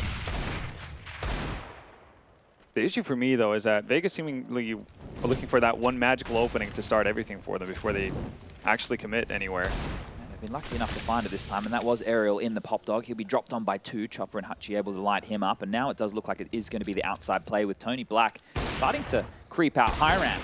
Alu's going to even it up with an AWP shot, and now the change is in. It is going to be the inner bomb site. Sergey has to stand tall. He's going to drop back and play the retake, and Tony Black, the man in question, able to shut him down. Transition now. It's going to land, do a little bit of damage, but not deny the plant. It's a 3-on-4 retake scenario with enough utility on Alu here to go for a smoke diffuse, maybe even Molotov off that high ramp. But they are waiting for Vega to overextend. They are waiting for Vega to offer up. Eventually, Alexi's going to push, and he's not able to land the shot. Damage being done, but kill's not coming in. It's a good round from Vega. They played this in transition. They've been able to find that magic you were talking of, and now the option should be for these double ops of X7 and Alu to save, and it will be tail between the legs. They scamper away. If Vega are literally just trying to play this off of picks and then being able to capitalize in the mid-round on those rotations, that's a very difficult base, especially like a map like Train, right? It's so hard to find those opening kills. Yeah, especially considering when you go up against double ops, right? That's when you want as much utility down as possible. That's maybe when you want to speed things up a bit because of how difficult, increasingly difficult it becomes to find an opening without necessarily any sort of trade coming back in from the CT side. Vega somehow being able to make it into their advantage. So again, finding Sergey on that enter with Tony Black. Yeah, Tony Black's aggressive push through higher. That obviously makes the retake scenario for ENCE a bit of a nightmare. Double ops retaking anywhere on any CS map is pretty tough. So somehow Vega spin it into being a favorable situation. Yeah, they need to win this one though if they want to completely break, or at least have ENCE's economy on the breaking point. We are at the 9-4, so they should be able to scrap together buys for the rest of this one. X7 is very brazen, even in front of smokes and molotovs, has no issue crossing through. Let's take a little bit of damage. Oh, no, he didn't take any damage. Minimal. Yeah, it sounded like it. One little tick. And now the posturing, the default has come out. 2 towards Ivy. Box hole control again. Nade is going to only do a little bit of damage. Looked like it landed directly on the face there. Sees go nades for you right there. X7 still, though, hasn't been moved too far out of position. Oh, this is going to be a team aim push, though. You can see 2 players pushing up with that flash coming in. They're going to push and put pressure on JR, who steps out, gets a kill of his own. Now he has to stay alive as Aerial postures, jiggles, puts a Molotov down, doesn't want to find the kill, but Hachi stepping out, almost seemingly knowing that the player was up so close. In the fray, X7 is able to find a kill on the AWP, and the damage, the internal bleeding from the players on Vega is severe, with Tony Black and Hachi on 9 and 1 HP respectively. Beneficial for them, once again, that there's double ops out in play on Yard, so all it takes is one bullet. Not going to be too many chances for ENCE to really capitalize on this. Ollie spots one, jumping past. Misses both chances, and just like that, players from Vega were getting tagged down and whittled. But in the end, it's just Sergey to fend off for himself. 1v4, does have a Molotov, doesn't actually put it down to start things off. But he's able to find a reply onto JR. The thing is, this is the star kid who can actually go for a clutch like this. The call is probably to do as much damage as possible and hold on to the weapon, but I'd love to see him use that Molotov and flash to his advantage and see if he can grab this clutch and steal this away from Vega. And it does look like He's just waiting to see if he can find any kills at all. Might be eyeing that op as well. Oh, there we go. Quick to adjust. Yeah, he's going to grab that AWP. Might just need to quickly take a gander at the financials right now for that of ENCE. 1,600 in the back pocket, which just has gone up to 3,500 for Aerial. Sergey has enough to drop and buy again, even drop 2 if he needs. Alexi B only on 3,700. 7,500 for X7, and Alu has enough as well. So I think right now they should go back to the 1-op setup. I think that's what they're thinking about as well. So with that op drop, no, actually, yeah, X7 is going to fully commit to this. Yeah, they haven't found any success with that at all. The room has been taken, then awkward positions is kind of what's losing out for the players from ENCE. Yeah. They probably feel like they're just missing shots, but we can see it all. Those rifles were definitely doing more damage. The approach has changed from Vega. We've finally seen some full gun rounds on the board, but this is the change of pace. This might be a pretty swift inside attack right now.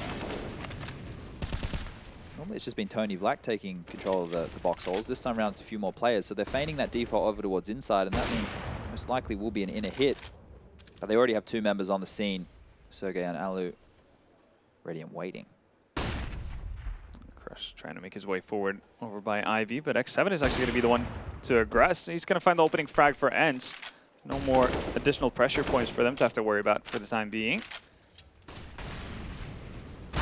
Ooh. You hate to see it. Hochi's just having one of those games, right? 1 and 12, and then gets tagged at the most random pass of the round. Here comes the in-hit, smoke towards connector. Molotov will delay, so they need to wait for that one to dissipate, but that gives enough time for the CTs to rotate in. They have enough for a double pump, more smokes and flashes to come. As X7 trying to see what he can. I don't know if he spotted that guy in the lick of the smoke, but it doesn't really matter. Flash comes down, Sergey completely blind, unable to see them falling in the low ramp, and Tony Black continues to open, going to find a big kill onto Alu, but this position from Sergey completely unknowingly pushes up, finds 1, finds 2. Now we find ourselves in a 2-on-4 situation. Bomb will go down, but Black continuing to be that impact player, puts all the pressure on Hachi, who will go and find a kill. Left on that low HP from the wall tag. Will have an uphill battle. He falls, Defuse will come in. And all in all, a pretty respectable half from Vega Squadron, considering where they started off. Yeah, I mean, losing pistol, and then obviously being able to buckle back and win the force buy, but with how much back and forth there was to start off the game, you know, Vega can be okay with how that panned out going into the second half. Yeah. But before we get to that point, we're going to have a 90-second commercial, and when we get back, it's going to be time to see who is able to close out the game.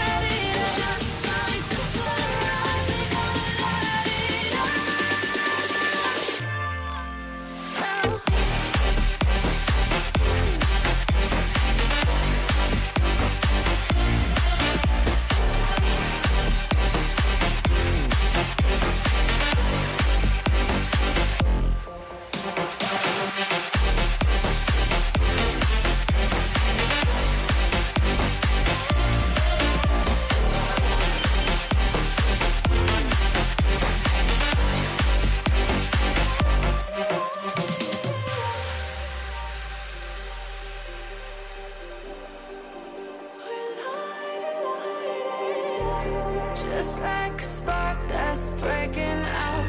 Can't make a stop, can't turn back now. We know that there's no room for doubt.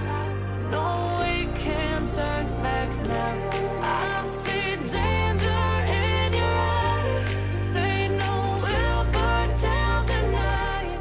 Coming just like the sunrise. You know that we're gonna light it up tonight. All right, we are back with the second half of the opening map of the best-of-5 grand final of the StarSeries I-League Season 6 here in Kiev, Ukraine. These two teams, potentially unlikely names if you're just joining us, have actually had some very exciting matches, and ENCE throughout the tournament have looked like one of the most solid teams. Yeah, for sure. They've looked good, and they do play that more fundamentally sand. Fundamentally sand way of Counter-Strike. Yeah, sound way of Counter-Strike, which is kind of sprinkled with star players and the likes of Sergey. Aerial stepped up definitely within the last 2 days, this match as well.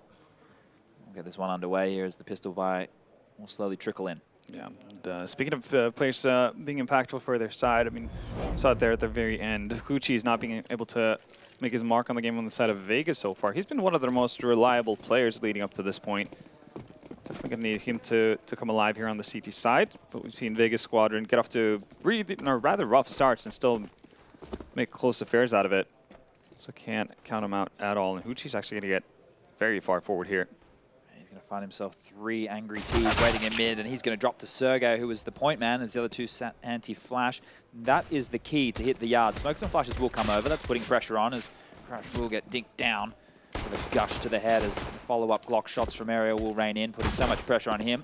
He's eventually gone down to X7 through Ivy. Chopper's able to respond with on his own. That's 2 for Chopper.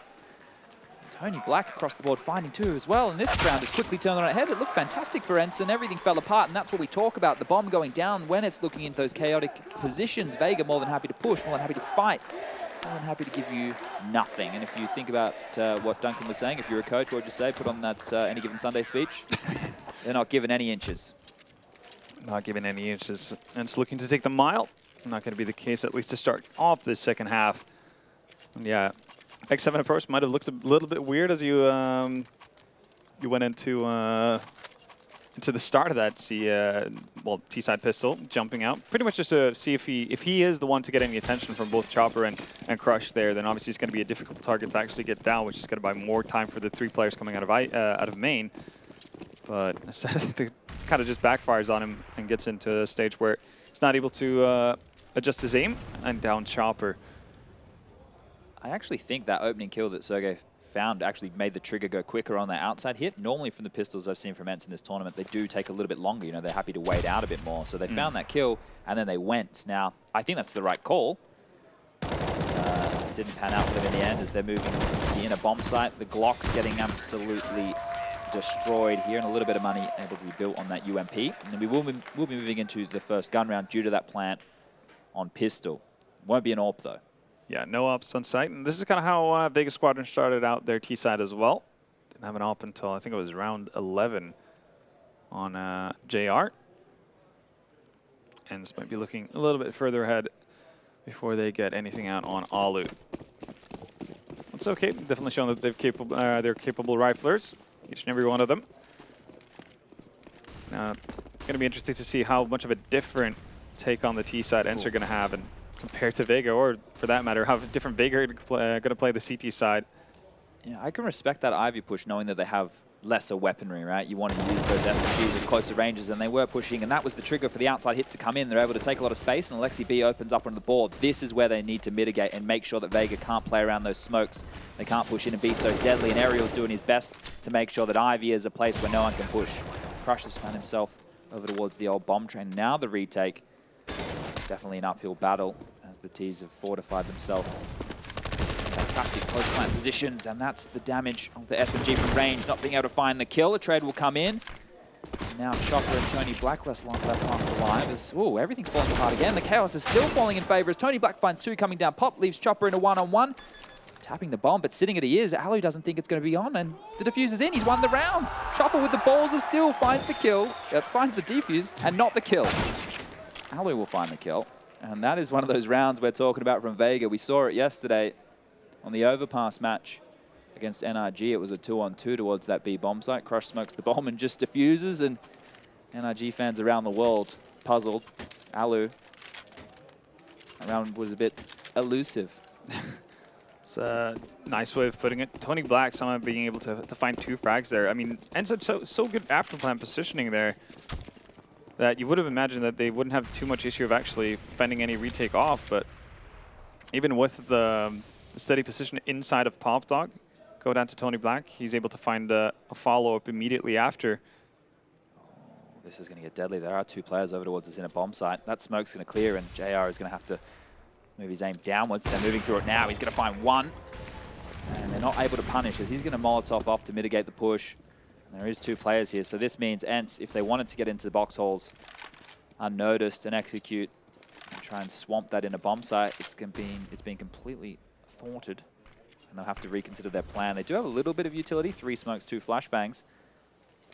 It's enough to get towards that inner bomb site. Maybe 1 smoke short of, no, actually they do have 3, so they could actually have a pretty free option as to where they want to go, but not having any sort of Ivy pressure could be a bit of an issue if they want to take it out towards Yard. I do feel like they might get more mileage out of their utility if they went towards that inner bomb site, but Vega still has people in positions close enough to actually get rotations in time. Now seemingly Vega just eager to find someone, but ENCE being patient as ever. This is one of the, I guess, traps we saw Energy kind of fall for. They just went out in so many default rounds versus Vega, expecting aggression pretty much at any given time. That time started becoming a bit of an enemy to them as well. And so they're going to pounce before that becomes the case.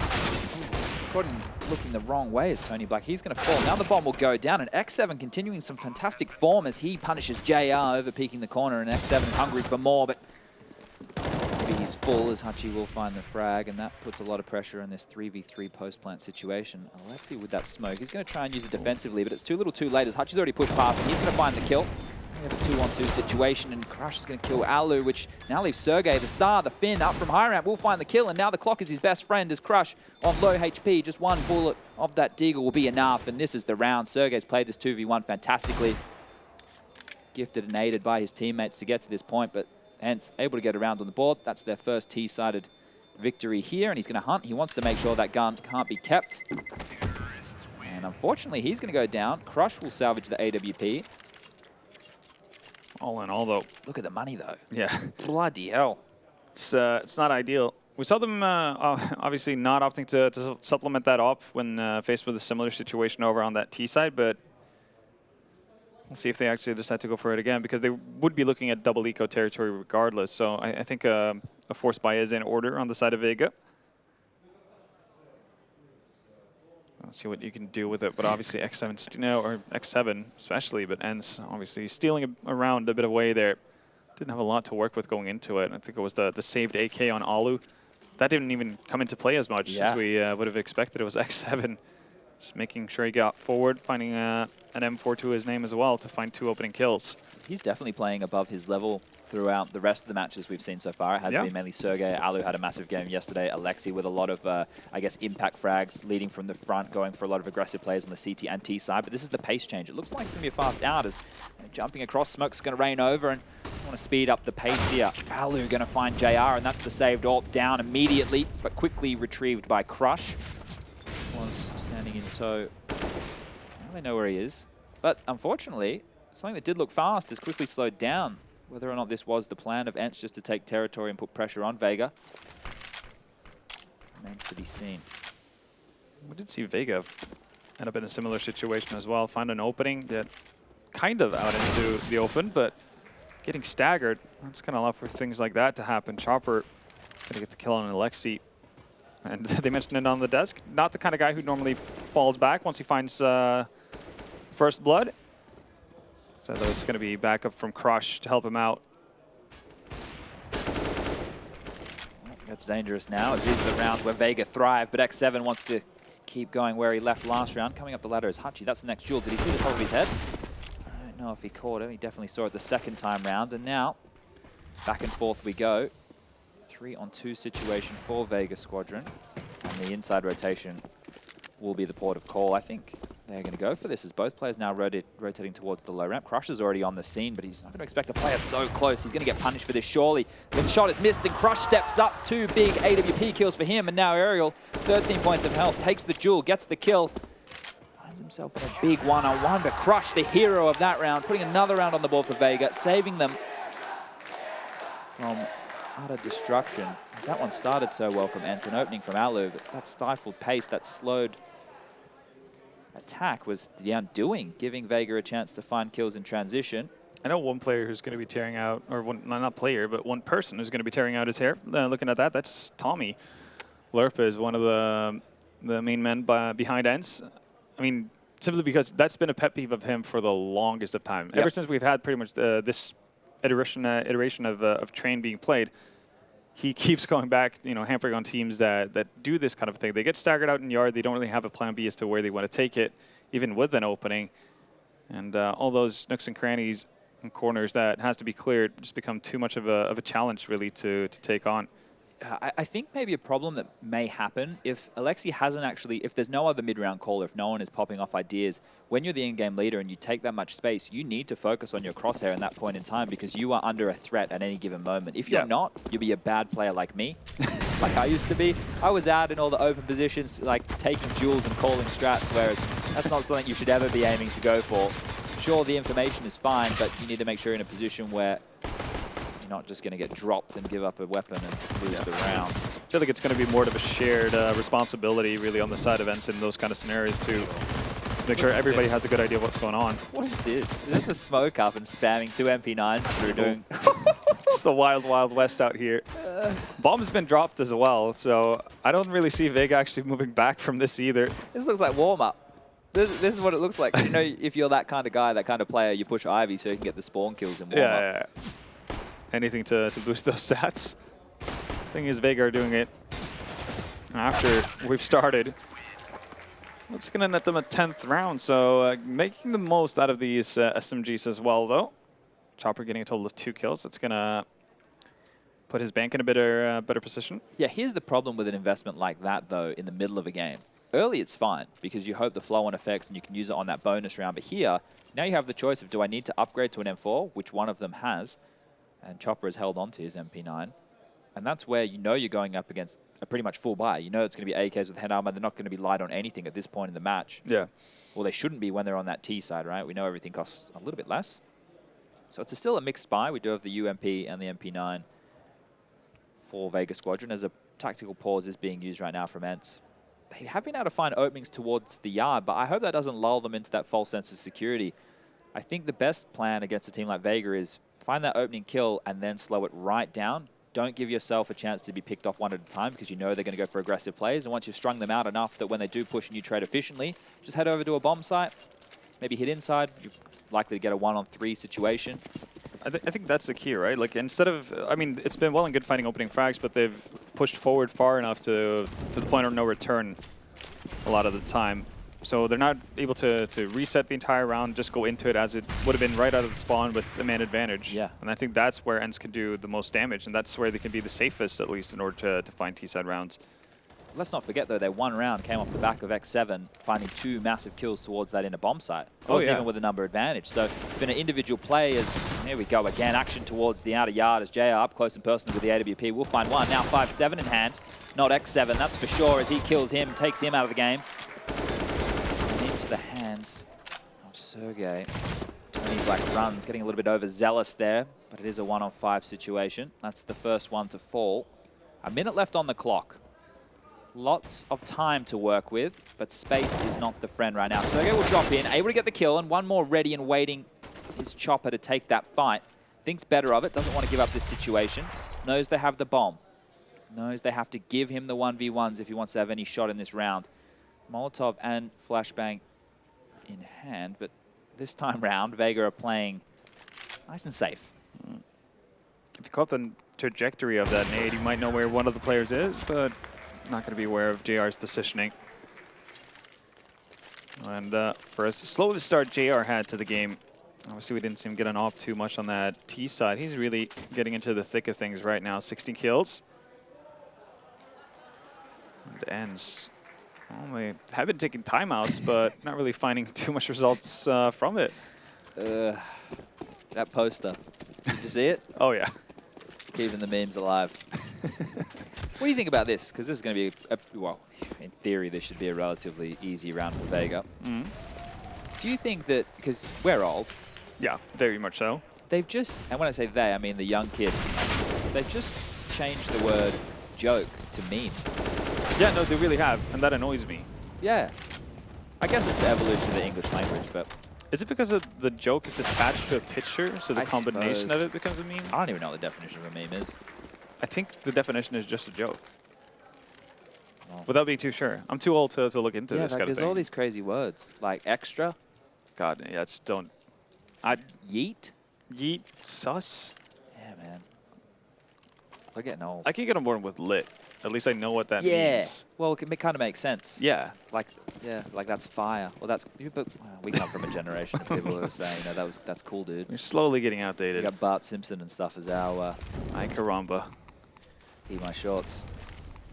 Oh, look at this aggression from Tony Black. He doesn't care. He's more than happy to get aggressive, but gets punished. And this could really just lead Sergey to continue towards that inner bomb site. If he does, there are 2 players waiting. JR with the AWP pushing up low ramp. Look at this re-aggression. These guys love a fight. The Sharks love to bite. Getting close. Sergey's aim absolutely clinical. We'll find the second big kill. This is another individual performance that ENCE do look like they need to get rounds on the board. And Vega with the pace change, they thought they needed to take the fight to ENCE, but everything was working perfectly up until this point. ENCE have been gifted a free opening. That is kind of what gives you, you know, an impossible task of trying to figure out Vega, right? You've had something that's been working for you for the longest of times, but I guess if you're ENCE, you're never really feeling safe, regardless of what kind of position you put yourself into, because of those random acts of aggression. That's like everybody working in esports, isn't it? Yeah. Oh.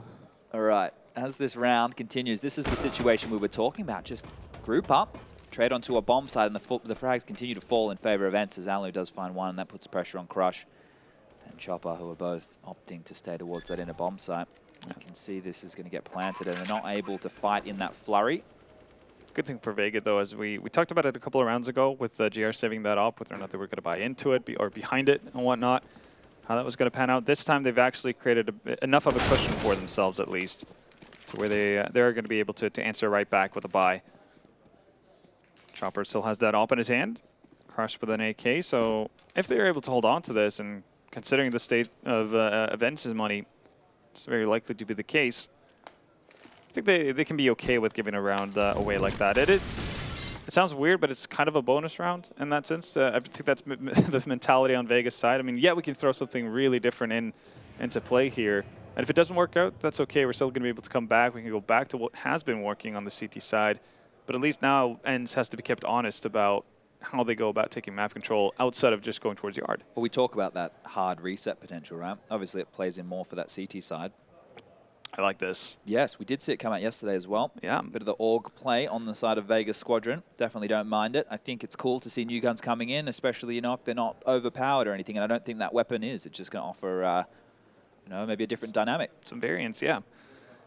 Definitely not like the, I guess, the reintroduction of the AUG back in 2015. That was a fun week. Yeah. I think maybe they're making guns with scopes like that for players like you and me, Halvor. So we can see better. I actually struggle to see people, like, whenever there's a Molotov or smoke down, I never went out that 50-50. I don't know what I'm doing wrong at this point, but... We don't want the young fans. CSGO's aiming to get the old men in. Exactly. I'm just waiting for night vision to be a thing again. Oh, just making that sound effect was fun. Let's keep the riot shield out there. Well, we can use it for... Bring it in operation, that's fine. Oh, actually, yeah. Just don't have it so we can buy it in. What are those, like, co-op missions, storylines thing that they had? They're quite fun. They're really fun. Yeah. Do more of those, Valve. I'd like that. All right, what move are we going to see right here? It will be the boost, so Ali will get a nice little high perch to pick out towards the yard. I don't know if he's expecting the player jumping up 5 train, which is Crush. He's sitting on the back of the ladder right now, peering his little noggin over the top, seeing what he can see. I think Alu may have just seen the top of his head if his eyes are sharp and crisp and fast. He does have an inkling at least. Spider senses have been tingling. Nobody from Vega opting to take the challenge right off the bat here. Tony Black, he's going to be playing solo on that inner bomb side with the AUG. He was doing really well for himself as a solo defender, actually. That was a great move there by Vega to take team main control.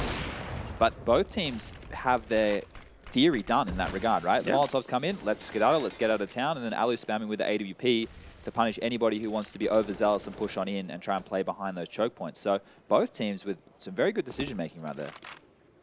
Cool to see Vega throw that kind of a thing in. I mean, definitely wouldn't be surprised if we saw them do that without utility. We saw Optic actually playing Train that way in pretty much every CT-sided round when they had utility.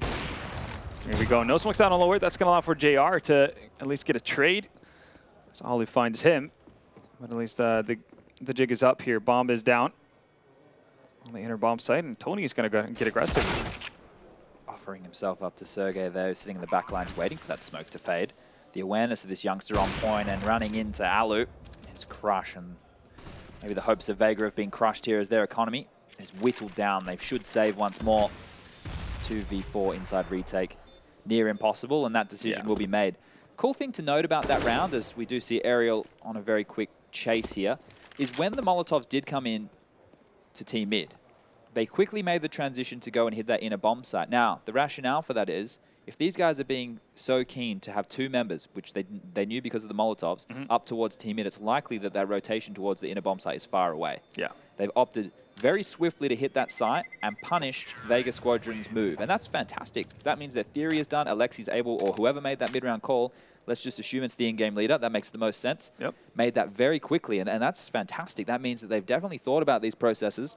And these are the things we love to see out of younger teams. That level of decision-making is something which normally goes unnoticed. Yeah, I think it's also something you need to have in place when you play versus aggressive teams, just in general, because you can't necessarily rely on being given X amount of map control if you do steps, 1, 2, and 3. Yep. That's not how Vega plays.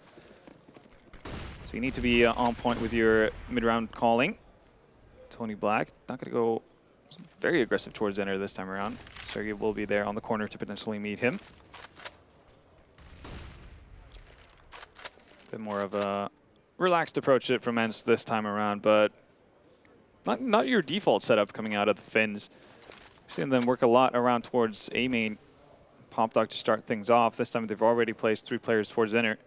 Ariel just holding off Pop to prevent any sort of quick rotations or aggression.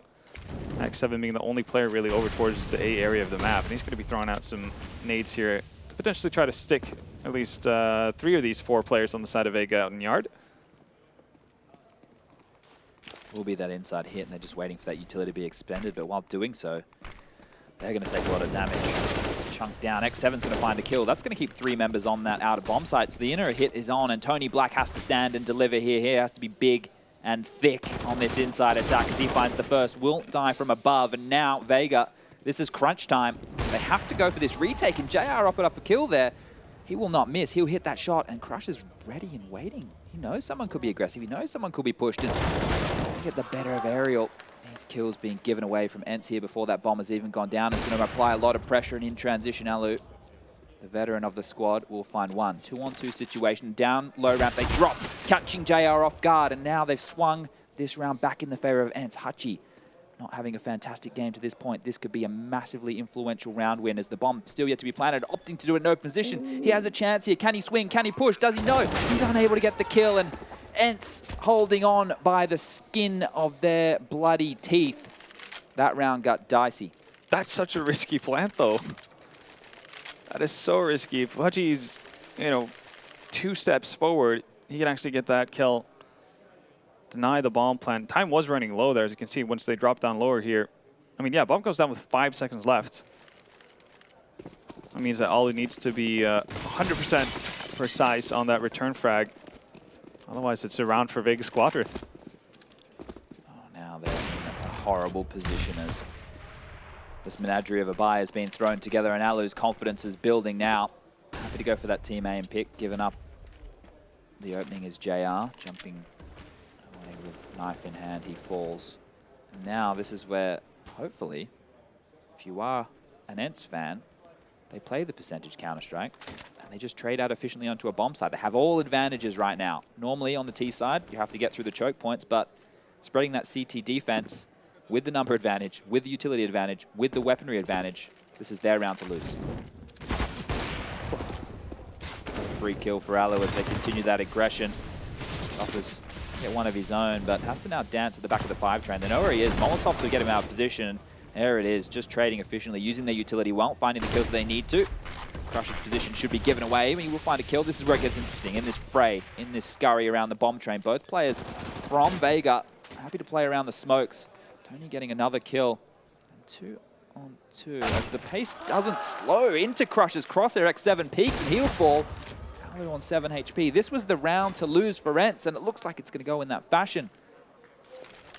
So even if he can get up close and personal, using the AWP as a shotgun in a 2-on-1.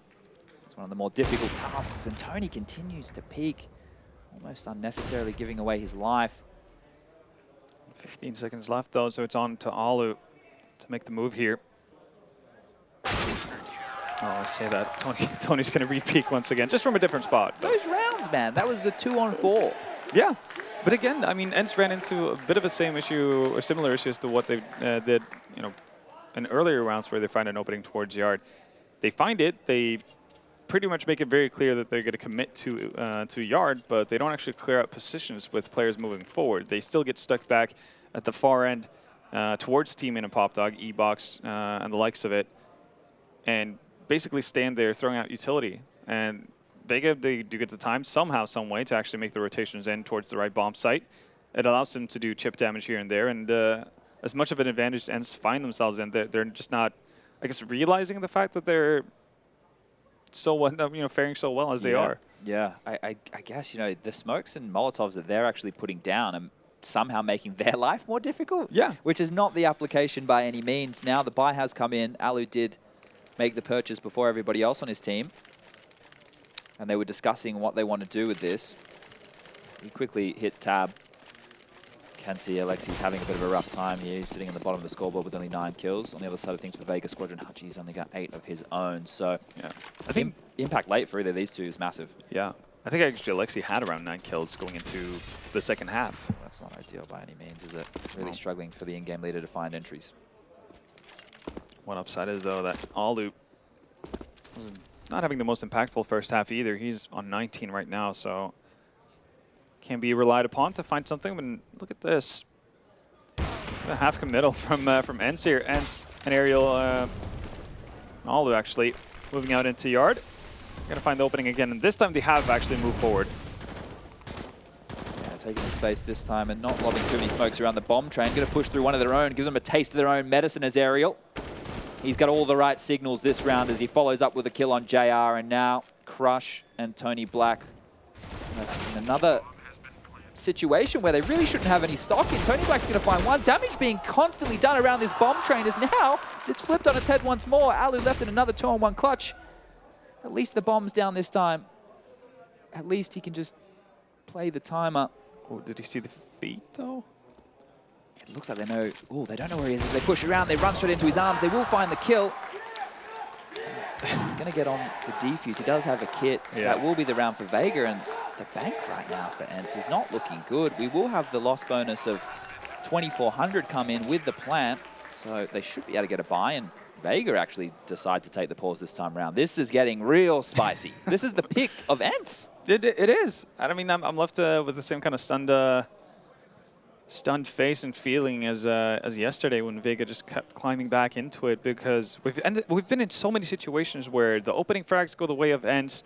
They've gotten the smokes down. They've gotten the bomb down as well in a fair few scenarios as well. But Vega are just able to battle back from these 2v3, 2v4 situations. Individuals really shining here, or the Russian CIS or Russian-Ukrainian team. Vega are really having a coming out in terms of being a team to, have a bit of staying power. Obviously, we know what they can do at the majors. Now they can do it outside of the majors too. Yeah. That said, though, their buy, as much as we talked about the bank being broken on the side of ENCE, there is a FAMAS on Huchi and an MP9 on Chopper. It's not like they're swimming either. Chopper's going to get aggressive in Ivy. Very aggressive in Ivy. Oh no, they didn't hear the tick of the Molotov, and he's going to find the kill onto X7 as Chopper has been able to open up yet another round, and this is going to leave a lot of pressure on Crush. He's got one man in Hell and the other putting pressure on Ivy, but Alexi's going to think better of pushing that way as he dips back, and Hutchie's a position from above. Opportunity to rain down death. This is a position they haven't used as well throughout the entire CT half, so it might catch them by surprise. Tony's going to take the initial fight and wins that out as well. And Huchi, that was sick. The follow-up, so well played from Vega Squadron. And with Alu and Sergey left, Sergey already pretty heavily tagged up. Well, as well as he's played, not looking to go all the way and just Vega make their way to map point. Who would have thought it? Just the nuance. The reason I said that was sick was because they had the 2 tiers, right? They had the player up top in the ladder who can focus over more towards Ivy and Hell, whereas the guy on the boost playing in connector is looking for them as they swing across the bomb train. As soon as he starts shooting, the attention will be drawn to a different position. Hachi can swing from above. No one's going to be expecting or preempting that position. He's able to get a kill of his own. And now, it's do or die or overtime right now for ENCE. They haven't been able to find anything. They really haven't, and their buy is not going to get any better as we move forward as well. Oh, in situations like this, would you rather actually go for fully bought up pistols on the side of you, or would you rather have somebody actually just jump on the grenade, drop AKs, get 2 AKs out there. I think hedge your bet, spread it across, because we know that any player on ENCE can find the kills here. No one has been playing to a point where they're opening or cracking into bomb sites. You know, X7's had some cool rounds. Alu within transition. Sergey hitting shots when they're offered up to him. Ariel's really cooled off since that first half. I think, you know, if you have a strategy that you think can work, at least an opening move of some variety, you want that utility with those pistols. Look at this. Alexi with nothing. He doesn't even have Kevlar. Yeah, he did decide to drop that AK to Sergey. Let's see if Sergey can make that worth their effort. I mean, Alexi can still do a significant amount of damage with the CZ. Obviously, it doesn't necessarily need the Kevlar to be activated. Tony Black's not going to be alone to give him the chance, though. Looks like they want to opt for an inner fake, try and force that rotation towards the inner bomb site, and it has worked as there are 3 members on the scene towards inner. Chopper has also rotated over, leaving a lot of pressure. Such a deep committal, though, from Vega in terms of rotating over, but I guess with that frag, that's going to allow for Chopper to move back out.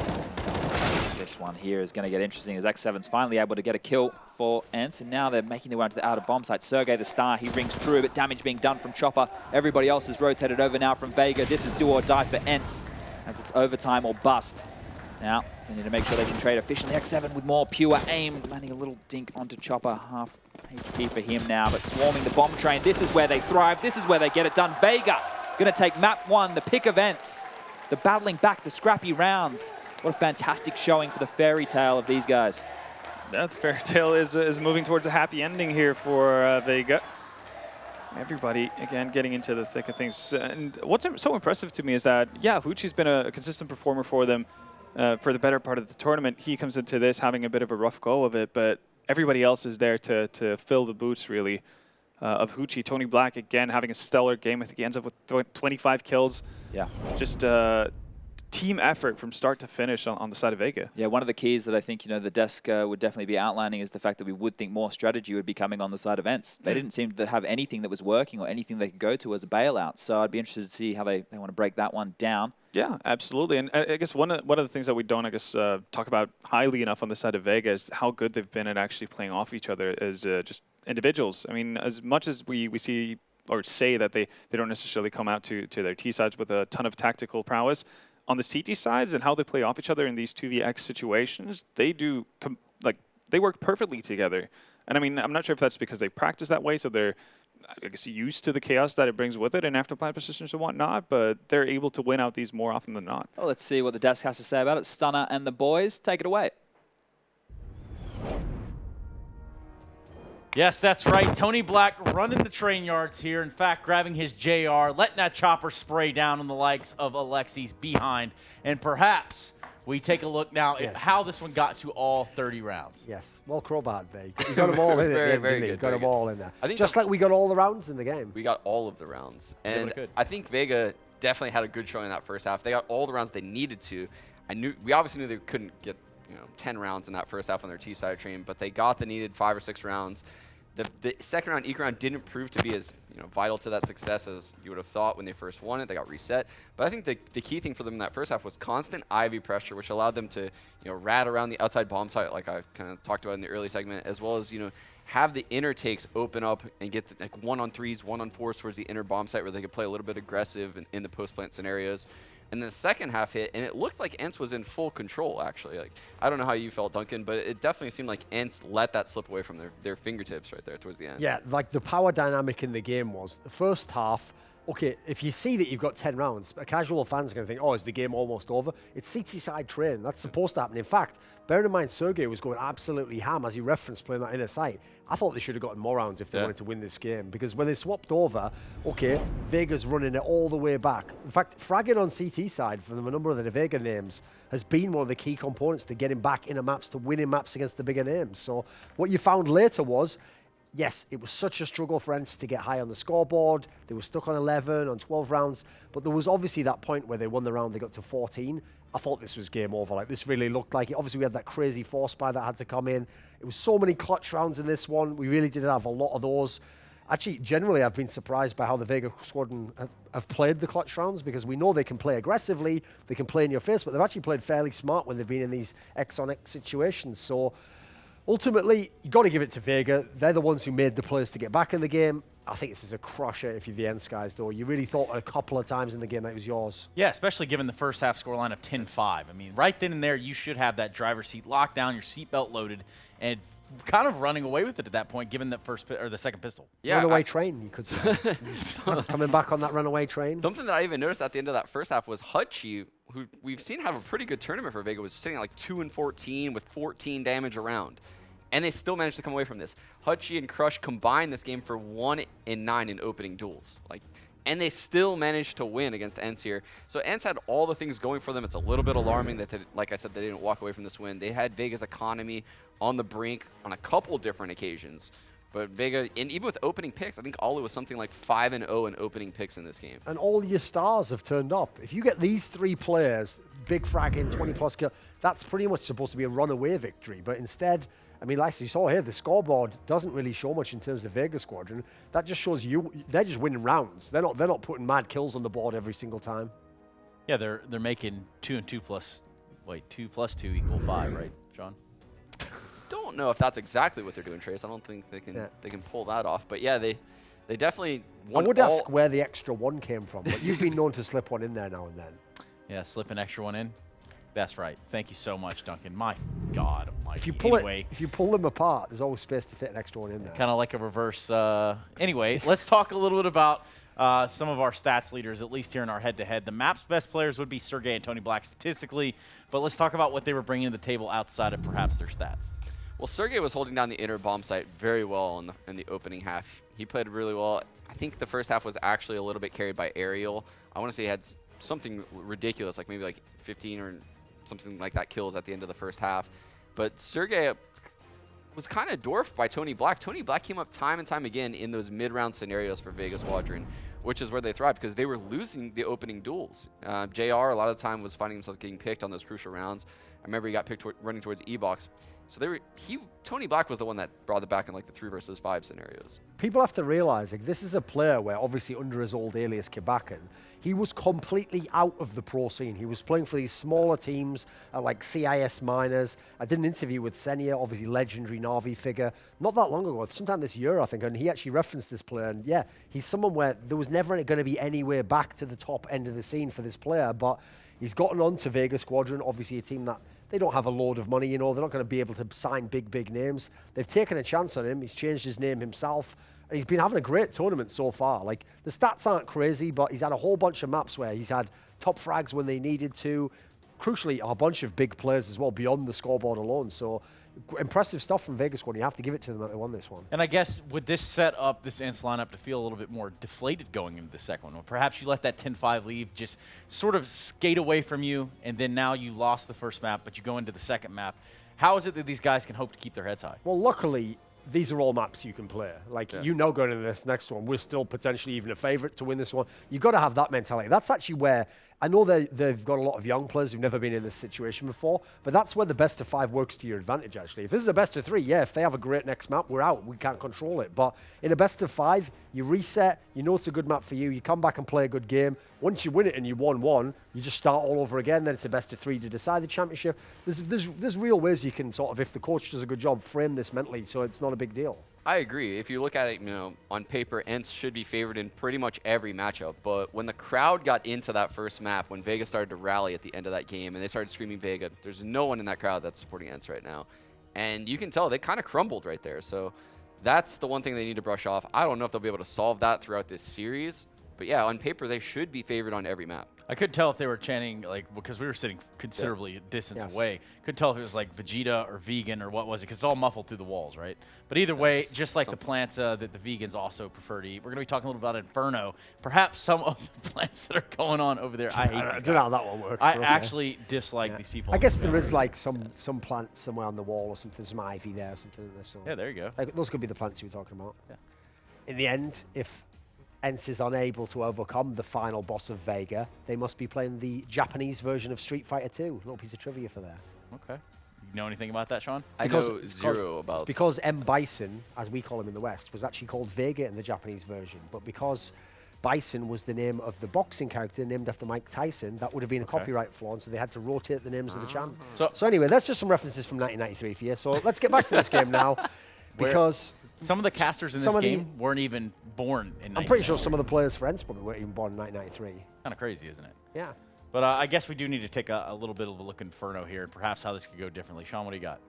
Well, ENCE, I mean, we just saw there were a lot recent games on Inferno. One of the only ones was actually at this event where they played well there. It's not looking good for them because Vega looks like they've mastered the art of taking Banana as like a structural team. And that's something that I didn't see coming into this event from them at the Major. But it looks like they're fearless on their T side for fighting for Banana, and on CT side, they're willing to take those risks. JR's floating around towards there at the B bomb site with his op, really causing a nuisance on B execute. So I like what I see out of Vega on Inferno. This could easily be 2-0 right now. I'm with Sean. If you're seeing what Vega's doing, their ability to take Banana, you got to make sure those guys don't monkey around, okay? So, you know, scratch yourself, get comfortable, start asking yourself, am I a man? Stand upright. Like Homo sapiens. You know what Homo sapiens means in Latin, of course? Wise man. Upright. So if you're the wise man, no, that's Homo erectus. And I know you know all about the Homo erectus, I just my wanted son. you to get to say erectus. Anyway. Go on, enough please. about you and your Homo erectus. Homo sapiens means wise man. So you've got to have the cerebral game. That's one of the things, actually, that I've noticed many teams have run into when they've played against Vega Squadron. Is like, you know when you watch the demo how Vega Squadron wants to play, but so many players in Counter-Strike can get drawn into like that, like brawl style. They love to have just aim duels over and over again, especially if you think your players are better. It's so hard to tell them, play disciplined, play the numbers advantage, like we saw ENCE was unable to do on Train there. Use your advantages against them, and then when they're playing aggressive, doing all of those random things, if they're random, they're not going to work all the time. But in this kind of scenario, you're playing right into their hands. Yeah, something I really liked that Vega did yesterday that I didn't mention yet is during the A hits of Energy on Inferno, it felt like by the time Energy planted the bomb, they had already fought 4 players. And the rotator for Vega would run in through a smoke, immediately fight someone. The rounds weren't long and drawn out, like typically when you see on Inferno. Vega was trying to end rounds quickly. So I think that's a definitely key point to look for. Well, that's something we will look forward to, and that will be about the end of our segment here. We are going to the fires, kind of like the red beard that is on Duncan's chinny chin chin that he might get knocked off here any second off camera. Of course, we're going to Inferno. That's going to be our second map here in Vegas, sitting pretty to take that one as well. We're going to go to a quick break, then we're jumping in that map.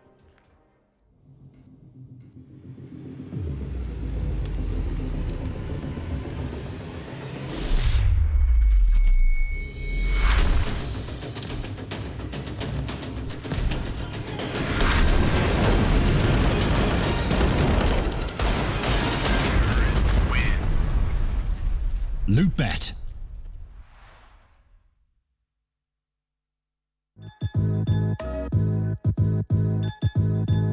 With Hellcase multi-cases, you're no longer restricted by random case opening mechanisms. Now, you are able to pick any of the cells containing skins and actually determine what you win. Use the promo code and dive right in.